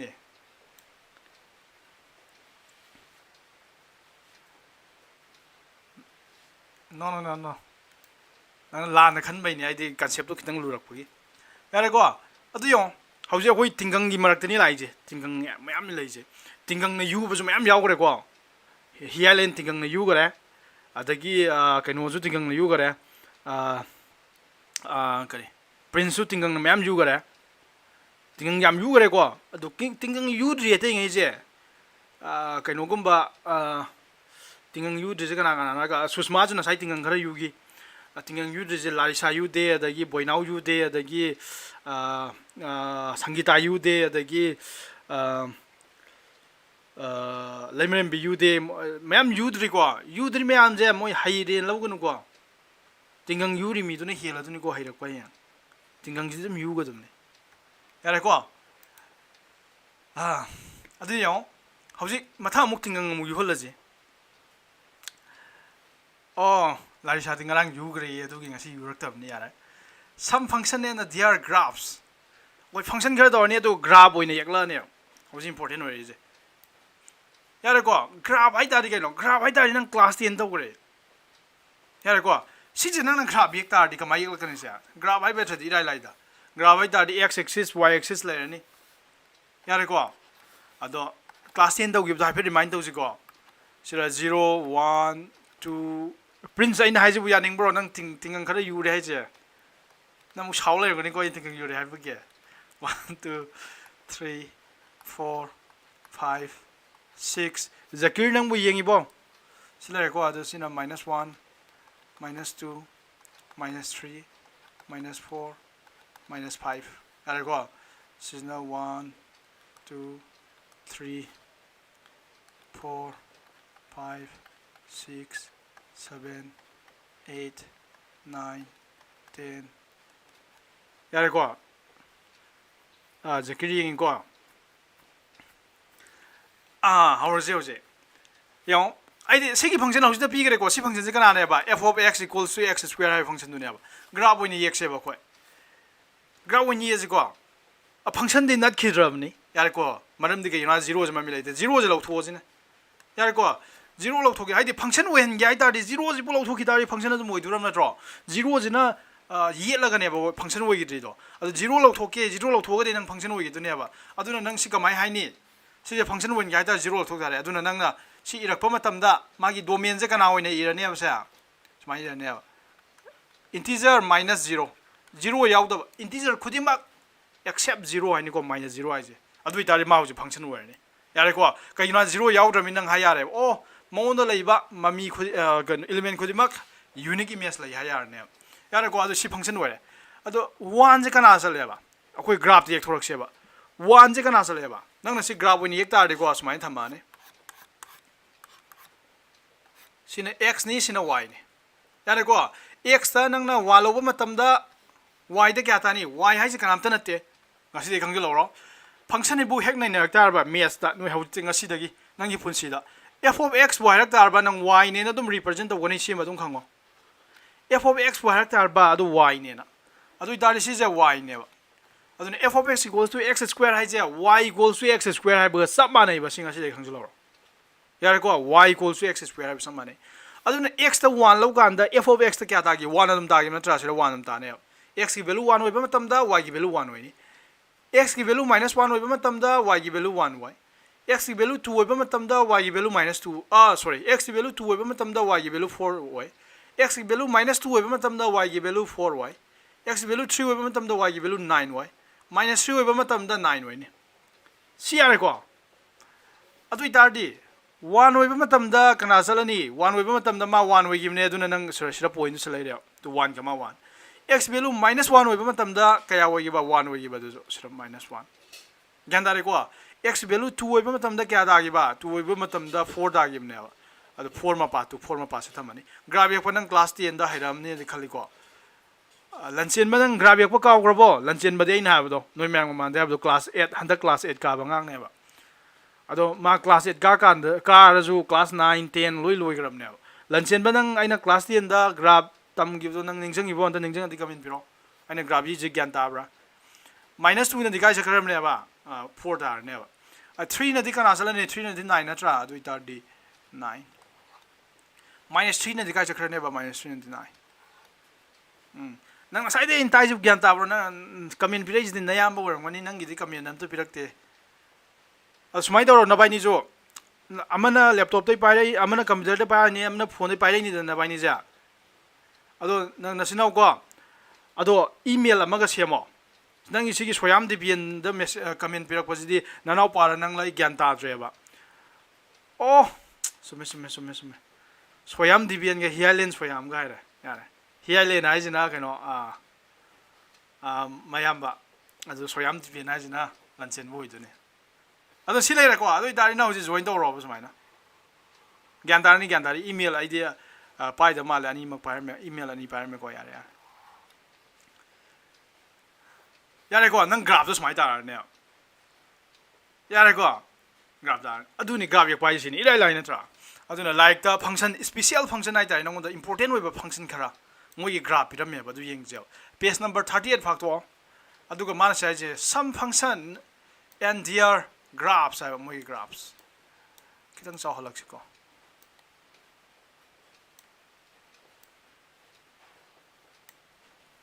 अदो ज्ञान तादब याउ तारदी बोइनाउ नंग मु ज्ञान तारिबो ज्ञान तादब याउ तारदी हाइरो को आइदि हन्ना तांगनि को नंग ज्ञान ताददे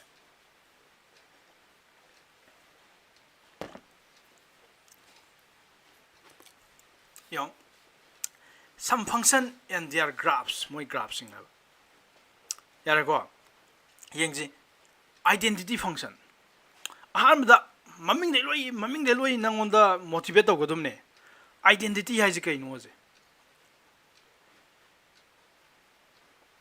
identity hai je kai no je identity ha be thadi mes da identity bo hai tar ba identity hai tar ai gi identity hai je ai sa ma ga ba ne यारे को आई सागी identity आइदार आई सागी pot मयाम दुनेबा आई वेबै pot मयाम दो अदुना identity बो हाइदार ngasi दे नंग निजंगोबा identity बो हाइदार ngasi दे निजंगोबा मसाना मसादा दुम पीबा यारे को अदु फंक्शन दा आइडेंटिटी फंक्शन हाइदार करम बोइने नंग x द पिनिंग बा पिउबा मसामा दुम थोलकने ज्ञान तार बो आइडेंटिटी हाइबे थदि नसाइदी सिगी फंक्शन जा सिगी फंक्शन नंग के दोगे सि आइडेंटिटी फंक्शन नतेबा नंगना 2 पीबा मतमदा कना पिथोरैसे 4 पिथोरद्रो अदुना सी आइडेंटिटी फंक्शन नते आइडेंटिटी फंक्शन हाइ तारि 2 हाइ काना 2 दुम पिथोरकने 3 हाइ काना 3 दुम पिथोरकने नंगना f of से 1000 हाइ कल जे 1000 दुम पिथोरकने से नंगना f of सिरा को सिरा f of से टिंग तोंग बिसला जे अदुम कना पिथोरकने बा टिंग तोंग अदुम पिथोरकने यारबा आइडेंटिटी हाइ सिने पिसलिबा पोतो दुम पिथोरकने मसे निजंग को आइडेंटिटी दादि मसा कइनोम बिसन बजे दु मसा मदुम पिथोरबा अदु सि ममिंग दे लोइ लौगो दुम निको डेफिनेशन मैम जा अदु इतारदी येंगजी माने साइजे आइडेंटिटी फंक्शन हाइबजा सि नसाना पाजरो आई सि आइने पाले रोय सुम सांगले नि अदुना आइडेंटिटी फंक्शन हाइ तारि कमायने f of x equals to x square ना x ना हाइराने x square ति x खदं कइनो आइगा सिना हाइबे थजे तु x पी कान मसा x पी तोराइजे नंग x तो 1 लौरोबा अदुम 1 तारानी x तो 10 लौरो 10 तारानी x ता से पिंग पोंग लौरो पिंग पोंग अदुम तारानी यारबा सि आइडेंटिटी फंक्शन हाइ तारि f of x equals to x अदु नंगना ग्राफ एल्फा मतम दे के दो उने ग्राफ एल्फा मतम 2 लौबा मतम दा 2 दुम तासलानी 4 लौबा मतम दा 4 तासलानी 6 lower matam 6 tasalani 8 lower matam 8 tasalani minus 2 lower matam minus 2 tasalani minus 4 lower minus 4 minus 6 lower minus 6 id masamak ta identity na aduna straight line phang ne ba aduna exam de thangi what is identity function is kaino and the how is its graph my graph se kamai dog gena adu the identity function ai tari masana masa bi thorok buduni kamai define dog ya kan f of x equals to x aduga magi graph ti it is a straight line ni passing through origin power straight line amne gyan dar bo sibu gyan ta ba yaw bro tai na tra tai ila lai sidi mathang mu yeng ji kwa pung di tayen makai ta doi ma lai nga sidi mathang mu yeng ji constant function kwa constant function ai ta di constant adum bithor ka ne yare ko constant adum bithor ka ne ba constant function ai constant adum bithor ka ne hai be thati no constant function ji karom function f of x equals to say 5 si function jen de yeng ji ko si function jen de yeng ji na na graph yeng na hon ko matam do si function ja se input se nang na si y sa man have do ina f of x y sa man have do x nang na 0 lo re khala je ba y de kya dar ka ni y de tum 5 da ni ye hai di sumaina 5x ka lem dar di 5 ka x ka puri na dum ni ado sir di x yawram drum ni 5 ka thang thola am ni constant am ka thang ado x ta 0 p ka na dum 5 da ne ba x ta nang na se 10 p re khala je dum 5 da ne ba x ta nang na se 1 p re dum 5 da ni x ta minus 10 p re khala je dum 5 da ni x ta anything p ro x ta se x ta pari bisalo dum 5 da ka ni pining ma pi dum 5 da ka ne am ne sina be thadi adu si function ja kai ni hai ne ba constant function go ne yare ko adu na 5 5 mo ta nang na kai gum ma singa ma thamba ya ka na 5 was right 6 was right 7 was right kan kana rom tham ka ni na adu ka mai lo na ye khoi de kai no na lo na bu do c ne ta tham jalo c je 5 was right 3 was right yare ko anyone was right adu ita nang graph ko tham na sai 5 was give de nang graph ko tham da x ta 2 tar jo 5 tar ni swai da x ta 4 was 5 6 weight to 5, 8 weight to 5, minus 2 weight to 5, minus 4 weight to 5, minus 6 weight to 5. Sitar ne graph to. Yare ko adu exam da hangal exam da kamai hangyai kan da what is constant function hangi adu ka magi graph da kamai to gya. Constant function ai tar di nang na pining pi odum constant value um tar ne c go ba ma. Sirais ne ko to function do f from r to r real number to real number set function ni defined by kamai define to gya kan y equals to f of x equals to c na thamai je yare ko c hai je kana no kan any constant we ba yare ko nang loning bana pamba adu x to real number de yaw dum ni adu go where c is a constant adu go yare ko c ne hai je c kyan tai lo adu magi graph ji kamai to gya ta di graph is a straight line ni parallel to kanada parallel we ba x axis ta parallel we ba straight line nam ne khang ga dum ni ko ai ko lao ring si yare mathang da polynomial function nai tare ke noi class 10 do gore polynomials do gore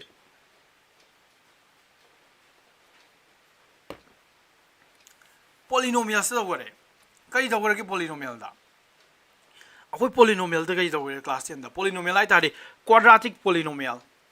cubic polynomial quadratic de degree 2 we polynomial is quadratic polynomial go we aduna se x square plus 2x plus 3 see quadratic polynomial ne degree 2 way adu nang na f of x mai khathang absolu f of x equals to x square plus twice x plus 3 see quadratic polynomial ne adu quadratic polynomial ja nang class 9 du gore graph su ye khram ne kamai ye khia ma ji degree 2 era bani na tar ko ma gi 0 ani lai ga ne na root ani lai ga ne na haidi degree 2 way tar di nang class 9 da 10 da do yib do degree 2 way tar di ga no ne ba mana x axis se ani rak kat to ne ab do aduna magi graph se nang kamai yel kan ya kan sumai tar kan ya to si root ani du ni se ni mana x axis ani rak kat to ne ai do se jin yare ko aduna polynomial function ai je se ne ba adu si cubic work pe ai degree 3 work pe ai degree linear 1 work pe ai yare ko su mo ai je quadratic polynomial function go ya asi hena in detail tangning ai lete man example lam pire to example da hoina sai jo pi gi ba kari function ma sir pire function jong to example 13 da define the function f from real number to real number. ado kamaina define tauge hai kanda by y equals to f of x equals to x square haise yare ko ado graph se smai ek lei to x square to smai tare je graph ado nasai tauge ko nasai prince na mamai thakpa mafam do prince ka hialen ngar mamai thakpa mafam do to x square ki nasai mamai ni mamai thakki do kai yawa sele to x square f of x equals to x square nasai tauge lo ado ko se to graph to smai tare do yar ko ai graph si di ke no tawre phajing bajang tawre ko ai phajana ye khida baini ado like to di moi phajana ye me to sumai tar ni graphs share ko polynomial function khange ko aduna noi hayeng mayam ta makhini yar ko nang lei ge je semba yai ba lei ge je ko loi any design nang apam design loi semba yai ba polynomial function dei loi tok to ne siloi nang semba yai nang sigi matang in detail sumaina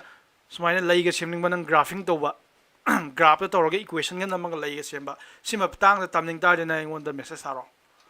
aina di ta oi kai no kai matam leite anang tamning ta de ba ina hai bi suggestion to bi ge si to si chalo si to yare ko lambi to tak pi ge ba nang graphing do hining ta de graph to roge lei ga lui semba khot pa na aduni polynomial to to ni polynomial jana cubic lo re khala je f of x equals to x cube plus 3x square plus 4x plus 10 gana andang graph si kamai tor khana graph si smaina ahum la kakla ne abto ama ani hum x axis ahum la adu ne abasi polynomial phajan mathang mathang semak tu ne nang semnang mo design mi sem ga yak tu ni cycle sem ga yak tu ni nga sem ga yak tu ni lei sem ga yak tu ni sini maths ki phaja bai je mathang da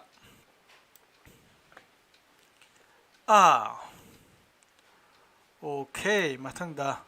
resonant function resonant din nang resonant to resonant nang khitang resonant ga idea khitang de khangam de male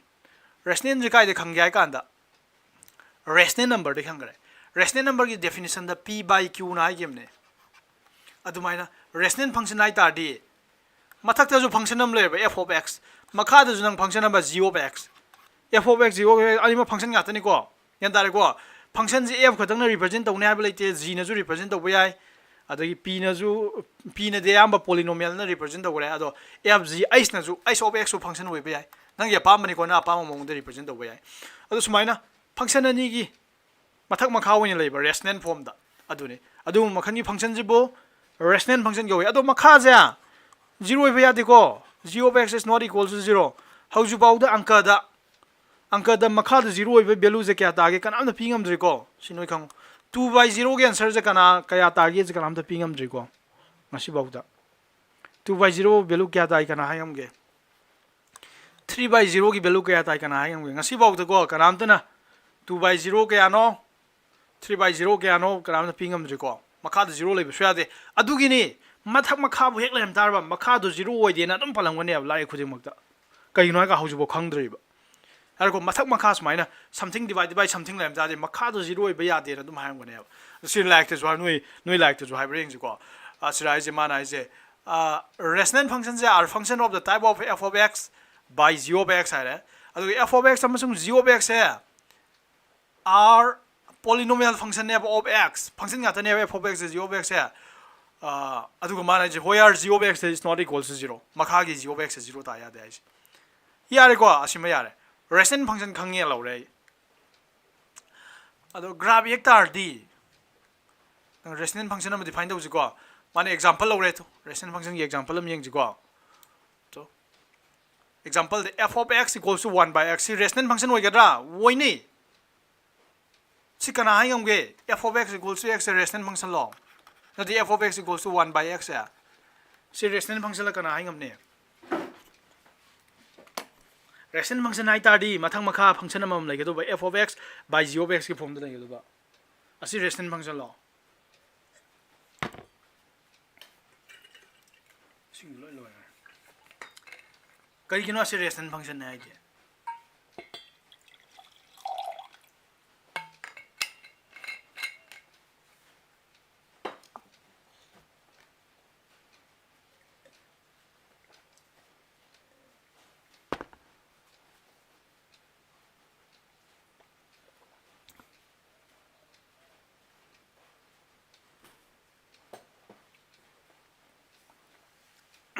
p by q gi form da le ado mathak ta lai angang je kana no mathak ta lai angang je constant function ne 1 hai je constant value ne hamding ma po dum 1 ta ne constant function ne makha da lai angang je kana no identity function ne x se identity function hai na tro x adum da jarak ba identity function hai na aduna constant function ga identity function gi restant form ne ya re ko si lai re ado x is 0 ba ya de ko adu ni nang graph yak form matam si graph yak si ko x ta 1 lok tar ma kana ta ni 1 adum tar ne 1 tar roi dro nang ni x ta 1 lok tar di 1 tar ni aduna ma se tar ai je to 1 lok kan da 1 tar ai je x ta 2 lok kan di kya tar kani x ta 2 lok kan di half tar roi dro half tar ka dra half tar tu ni nang ni x ta 2 lok tar di f of 2 di kya tar ba 1 by 2 half tar tu ni यार को अदन 2 लौ कान दि यों मपा जे खितंग पिक्थर रही जे तो कुमदर रही जे यार को x 3 लौ तार दी x 3 लौ तार दी 1 by 3 सुम पिक्थर रे तो x 3 लौ तार दी सुम पिक्थर रे x 4 लौ तार दी सुम पिक्थर आनी 1 by 4 1 द सुम असोब मखा द सोब सुम येला मिना x 5 लौ सुम पिक्थर ने तो ग्राफ से नंग नि यंगो बसे सुमाइ तोर सुम पिक्थर गे जे कुमदर गे जे अदुबो 1 अमसुम 1 गी मरक त सुम लौसलक तारबा 1 अमसुम 1 गी मरक त दि हाफ काना लौसलक तारबा f of 1 by 2 लौरे खल जेबा अदु इते 1 by 1 by 2 लानी 1 by 1 by 2 दि क्या तारे 2 तारानी अदु न half low can't the 2 the काप खरेब तो अदु सुम half the sum bay 1 by 3 गुम 1 by 4 गुम सुम लौसन तार बे x ता आइदि 1 अम सुम 0 अम सुम 1 गी मरक त सी गी मरक त लेबे सुम लौसन तार बा अदु इता सुम सुम चौखत गिने बा सुमाइ सेक्रेस अदु बु 0 हाइबा मफम जदि अखोइ कना लेगे खंगदे बा आइना हाबदा मखा 0 लेबे जौजि बौत कनाम खंगदेना अदु न नि माइ ग्राफ से सुमाइ तौरगा सुम चखिजे तु सुमाइ तौर पेरेल ओइना सुम चखिजे 0 मपाज दि खंगदे 0 मपाज गी 0 मपाद ग्राफ फंगमोय अदुगो सब बाना सोम जे सुमाइ चखरिस ग्राफ्स सि ज्ञान ताबर न होरन ज्ञान तादे साना यंगजरो को सि ग्राफ से अदु इंपोर्टेंट ओइबा फंक्शन दि हौजि यौद्रि इंपोर्टेंट ओइबा फंक्शन अम दला मॉडुलस फंक्शन से क्या वाली जानो मतम दि आय वर फंक्शन अनि खतंग आरे यारे को फंक्शन अनि खतंग आरे सि नि तो थोलोइ छदस इस अनि नते ना अहुम नि ना सिग्नम फंक्शन वाले सिग्नम हंजंग दि इंपोर्टेंट ओइदे ता यारे को आई जो ngasi tak nang dur handi ha tak tho ma ja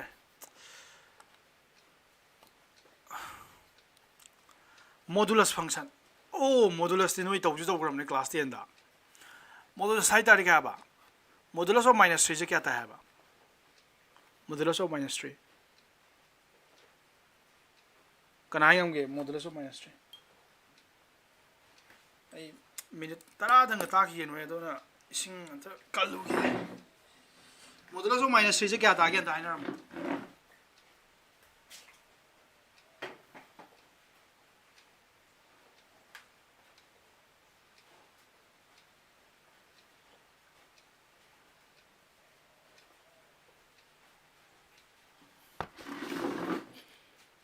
modulus of -3 3 ताई नत्रा ngasi di sing cha lau zhe na di sing aying ba coffee to do nuai tie na ngasi di sing cha lau zhe du sing sa ba thama ma di coffee to ngon dam ne ngasi di yau khar theng ra kai no mai si ta rai za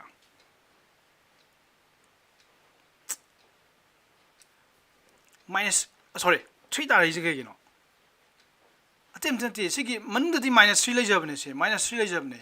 -3 to the minus na puri na bi wa ne adu 3 da ko ne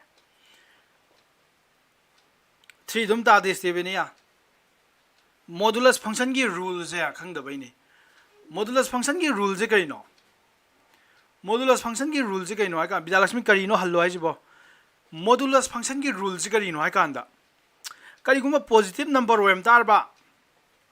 यारे को करी वो positive number वेम तार बा plus ना पूरी ना बियो यारे को प्लस ना करी को नेगेटिव नंबर वेम तार बा नेगेटिव ना पूरी ना बियो सीने को मॉडुलस फंक्शन रूल जा नोई ngasi dagi atai loi gawro noi hana tamakpa mayam do loi gawro ai betradi lana tamakpa yaw ngone ba du gawro aseng ba modulus function gi rule je kari neba si manung da kari gumba 3 lem tarba si plus ni aduna plus na dum puri no bibo plus na puri tari masamuk 3 dum tare manung da kari gumba minus number ma negative number ma tarba minus 1 adu itari minus na puri no bibo habi neba ma do minus 1 do minus na puri no bibo adu 1 tai habi ne minus minus plus 1 sini ko modulus function ki rule ja aduna modulus ha kan noi atem ta nengjang ba ya de ai no ja hai do nengjang adum ne negative number ram tardi negative na puri no bibo positive number ram tardi positive na puri no bibo habi ne laisa gyan ta bro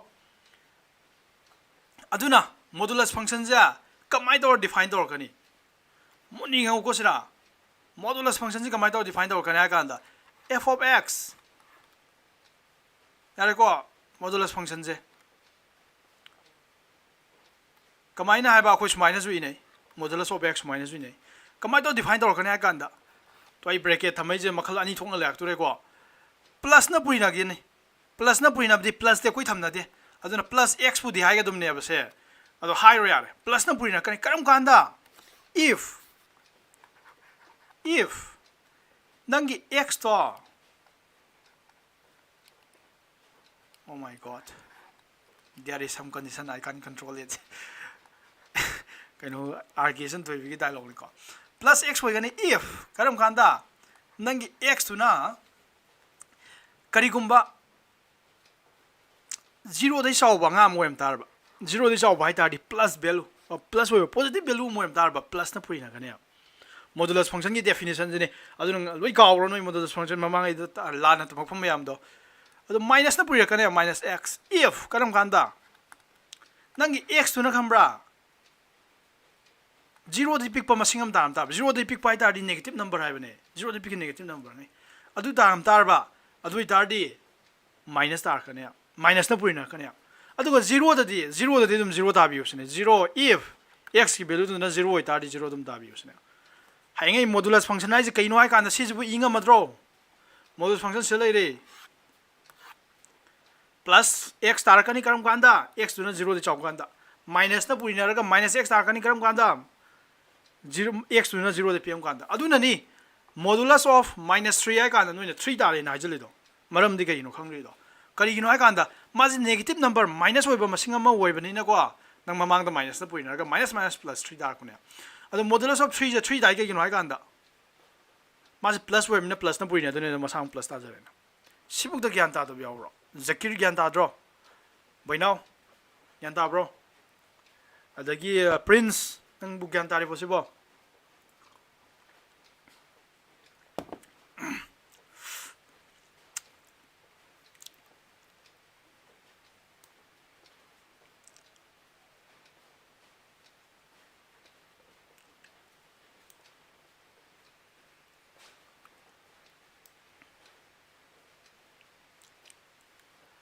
तारे यार अदुना modulus function की graph एक से बना यार को graph से हम इंटरेस्टिंग होय छे मेस ता हैना बम लेबा नो आंगांग होय की वय बनी को क्लास 10 बोकी क्लास 11 12 का की दार दी एनीथिंग अंका मो होत करे एनी लाइक पागर कनोम दौर जो को अदुम ग्राफ एक न बो होना यो कनो विद्यालक्ष्मी रेशनल फंक्शन दी राय रेशनल फंक्शन आई तार दी रेशनल नंबर जे p by q की फॉर्म द ले हाइड्रा अदु माइनर रेशनल फंक्शन आई तार दी मथक जो फंक्शन मा मखा जो फंक्शन मा लई हाबने मागी मरम द केम लेते अकुपा f of x by g of x की फॉर्म द लई दुबा अदुना अंका दा हाइना बम लेबा एनीथिंग नंग एनी टॉपिक तंब मतम द को अंका दा अदुम ग्राफ ओइना येक न बो होनौबा यार को सी ग्राफ ओइना एक थोक्सिने से 1 2 3 4 5 6 -1 -2 -3 -4 -5 1 2 3 4 5 6 यार को अज ग्राफ से x ने x द 0 होय कान द क्या ताने बा 0 दुम तारनी तो 0 x ने 0 कान 0 अदन सी पॉइंट जे म फंगे x द 1 होय ब क्या तानी 1 दुम तानी नंग 1 पिसल उने से फंक्शन द 1 दुम थोलोय ड्रॉ x द 2 पिसल दी 2 दुम पि थोलकनी मॉडुलस ऑफ 2 दी 2 नी x द 3 पिसल दादी 3 दुम थोलकनी मॉडुलस ऑफ 3 दी 3 नी 4 पिसल दादी 4 थोलकनी मॉडुलस ऑफ 4 4 दी यार को मॉडुलस ऑफ -1 दी क्या ताई मॉडुलस ऑफ -1 दी 1 दा गिम ने बदुना -1 जे सिरा वइन ला ने बा मॉडुलस ऑफ -2 दी क्या तानी माइनस यार को -2 नत्रा अदुइ तादी -2 की मॉडुलस दी 2 तारोइड्रो अदुना प्लस 2 सिला माइनस 3 के दी से 3 माइनस 4 के दी 4 माइनस 5 के दी 5 अंदर ग्राफ तो कमाई तारा ने का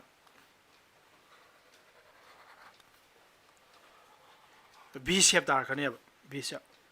अदु ngasi dei khango ngasi dei khango ngasi dei kari khang du noi ka anda modulus function bo hai tar ba B shape ne dum khalo modulus function jang ngasi dei kai urne ba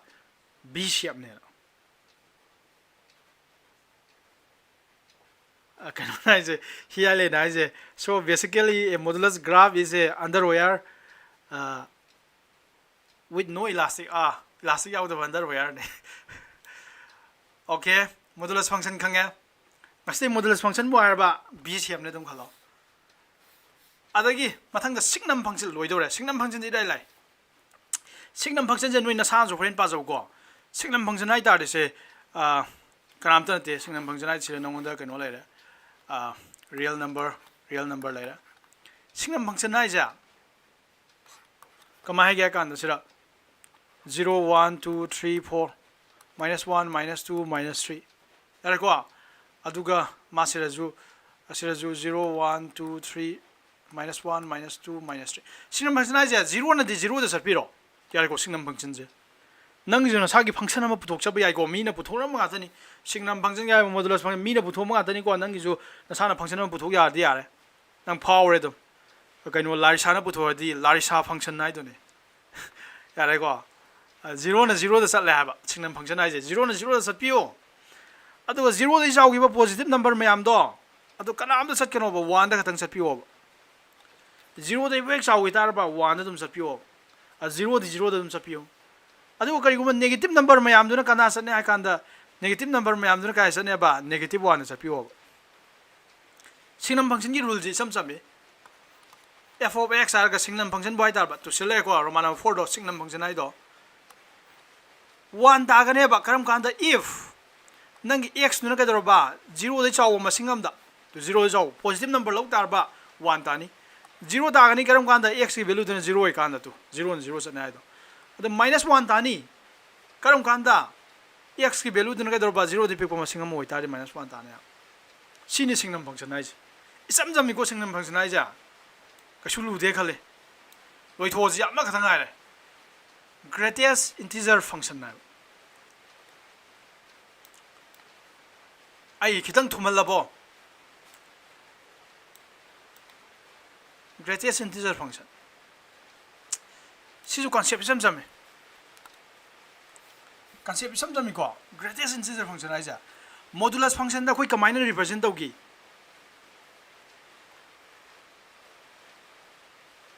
modulus function ai kan na koi na kamai na represent taugi modulus of x f of x equals to modulus of x na smai represent taugi ne yare ko loira minute ani hom da loira ni yare ko sini modulus function ai je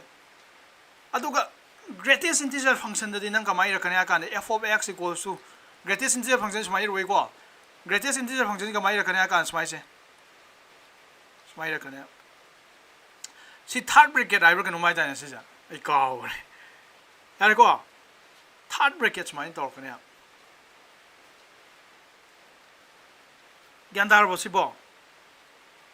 symbol du gi wani da modulus function ai da li akoi chakhai ani sing na to idana ado greatest integer function no ji to to to greatest integer function ai da re ko kamai to kanya kan smai na se third bracket win ko la kanya yare ko third bracket win ado si mu tang haram ji ko sina loire minute manga khatang ai na je minute manga bu di khang min ji battery lo hai jo si ka dang yare ko kamai to ji ai kan da greatest integer function ai je sina ai je ka am da na te ba greatest integer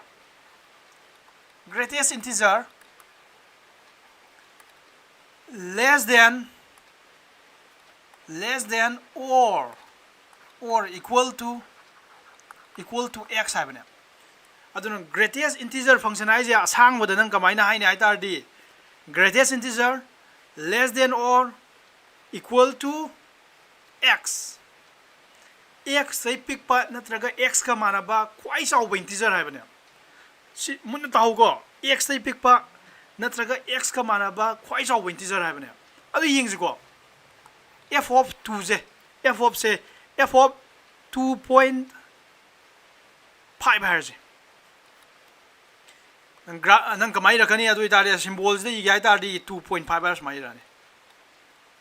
so adu greatest integer function ki definition matung na kari tar kadum ne fc ki value je kya tar kani abasa man hai je tarak tu value je greatest integer kwai so integer ni less than equals to x x tagi x hai tar di kana hoidu ba x hai tar di manung lebe input tu ni 2.5 2.5 tagi sina hai tu je equals to go greatest integer less than or equal to 2.5 2.5 tagi pick pa natraga 2.5 ka manaba kwai saw integer do khallo habane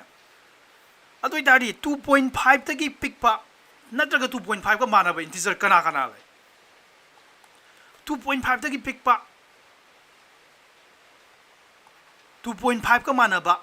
integer kana kana lai 2.5 tagi pick pa integer ngai haro 2.5 di integer nate madi rational number ni integer di mapum numbers ni natra integer di 0 1 2 3 minus 1 minus 2 minus 3 ado 2.5 de pick integer di kana kana hoi du ba ham the 2 we ni e 2.5 de pick integer ai ta di ham the 2 we du ni mathang da kana we ni 1 we ni e 2.5 de pick integer hai bane mathang da kana we ni 0 we ni mathang da minus 1 we ni mathang da minus 2 minus 3 minus 4 si mayam lai gare 2.5 tagi pick pa amasung 2.5 ka manaba integer hai tardi 2 0 2 1 0 minus 1 minus 2 minus 3 mayam lai gare gyan tar ba adu da man hai je greatest khwai saw ba khalo adu ne greatest integer less than equals to 2.5 2.5 tagi pick pa amasung 2.5 ka manaba integer mayam lai gane ba adu khwai saw ba khalo adu na ne aina max hai je max ti khwai saw ba moi mayam ji adu sikya da ne moi mayam je khwai saw ji ga no 2 gyan tare ko aduna 2.5 ki greatest integer function je kana tane ba 2 tane gyan tare bo 3 da minus 1 daroi ko minus 2 daroi 1 daroi 2 tane yar ba aduna yenga si ko aduna example masa amsa ke pige ko ai min manga phar me ko khango asidi solution bam na am da di aroi basidi f of minus 2.5 ki de kya ta ni kana hai ngam ne sa minus 2.5 si kya ta ni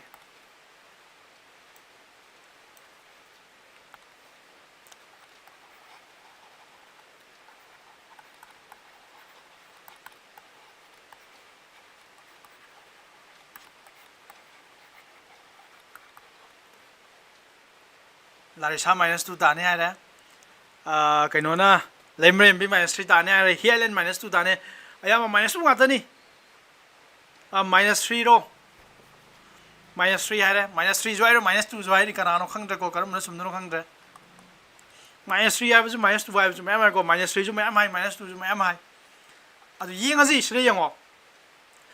2.5 tagi pick pa 2.5 ko mana ba integer mayam do hana khallo yara go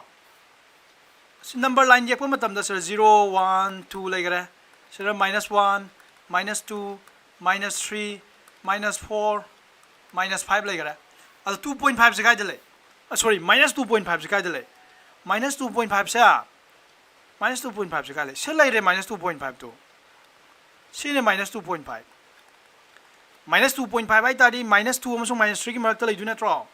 adu itari minus 2.5 tagi pick pa integer ngai lui thi garo ba minus 2.5 tagi pick pa integer ngai di aham da minus 3 ne mathang da minus 4 ne mathang da minus 5 ne mathang da minus 6 ne sum sum sa kharani muk sa kharani sira khwai saw ba khalo ba adu di minus 3 na tro yare ko adu itari kana sumura ga ka anda laimare mina sumure yare ko laimare mina sumure laimare bi prince na sumure yare ko setan lale minus 3 dagre yare ko aduna nang graph yal pum matam da loire graph sina loire ai sire hin loire ko graph sina loire homework ti ai kaino dum pizza ra ga group dum thaga chara ga noi mai loire ai to yong ko nang yong ba 0 amsung 1 gi marak ta leiba masing ai nang thiu ban da 0 amsung 1 gi marak ta leiba 0 ꯑꯃꯁꯨꯡ 1ꯒꯤ ꯃꯔꯛꯇ ꯂꯩꯕ ꯁꯤ greatest integer function of 0.5 ꯍꯥꯏꯔꯁꯤ ꯁꯤ ꯀꯌꯥ ꯇꯥꯅꯤ 0 ꯑꯗꯨꯝ ꯇꯥꯅꯦꯕ greatest integer function of 0.2 ꯍꯥꯏꯔꯦ ꯈꯜꯂꯁꯤ ꯁꯤ 0 ꯑꯗꯨꯝ ꯇꯥꯅꯤ greatest integer function of 0.7 ꯍꯥꯏꯔꯁꯤ ꯁꯤ ꯁꯨꯝ 0 ꯇꯥꯗꯣꯔꯝꯅꯤ ꯌꯥꯔꯕ ꯑꯗꯨꯅ high ꯃꯦꯊꯗꯤ 0.5 0.2 수구만 넘버 하이디 그러면 넘버가 혹시 이제 0 엄청 1이 말딱 레벨 마싱이기디 까나 다네바 0 좀 다두럽네 아두나 0 엄청 1이 말딱 레벨 마싱이디 또 0 좀 다두럽네 세 아두나 그래프도 시라 탐메도 야 나래 거시마 그래프도 능 시라 탐구라면 아니야 또 0 엄청 1이 말딱 레벨 마싱이디 로이 시다래 아도 once 1 따기 따디 greatest integer function of 1디 까나 다네 1디 1 좀 다니 그 유나이 간다 1가 만나버주 야리바 aduna 1 ga pikpa amasung 1 di pikpa natraga 1 di manaba 1 ga manaba integer mayam gi khoi jaw bai tar di 1 na horak turam aduna 1 ta ni adu 1 hek yogi tar ba nang 1 tak lok jong kholak ne apsira aduna sigi graph se sibuk di yawrang ga ne ba aduga mathang dei di sumai mung chakra ne ba ka yunai kan da 1 amasung 2.5 gi marak ta leiba masing je sorry 1 amasung 2 gi marak ta leiba masing gi greatest integer je kana ta ne ha kan da adum si 1 ta duram ne apse 1 यारको अदुगा 2 मपाजिदी 1 तागदा तारोय 2 मपाजिदी काय चक्रने बा 2 the काफरने बा आइना हाबदो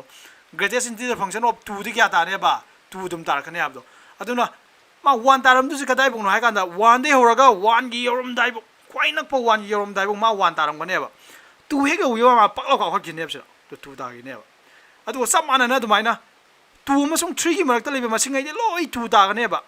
अदुगा 3 गी मपाजिददी Masira अहोबम लेजे माना whole to अहोबम थममिजे कइगिनो हाय कांदा 3 ददी मा 2 दारोइबा 3 the Kannada अदुना नि सिरा अहोबम थममिजे हाइदि 2 दारोइ सिनेबा 3 हेगे उगानदि 3 द पकलौगा गिनेबा अदुमाइना मथंग मथंग यारको अदु समानना 0 अमसुंग -1 गी मरकता लेबंगै दुदि -1 तानेबा यारको -1 ददी कना तानी -1 -2 तारानी अदुमाइना यारको नोइ थेंगमनि मयम तयारा मरो यारे ngasi selo chalaji ado greatest integer function de khitang lubani si function je duna gyan taram moi ko na sana yengjaro mamu tana khangdraga na hango yare ko adu mai toras okay see you in the next video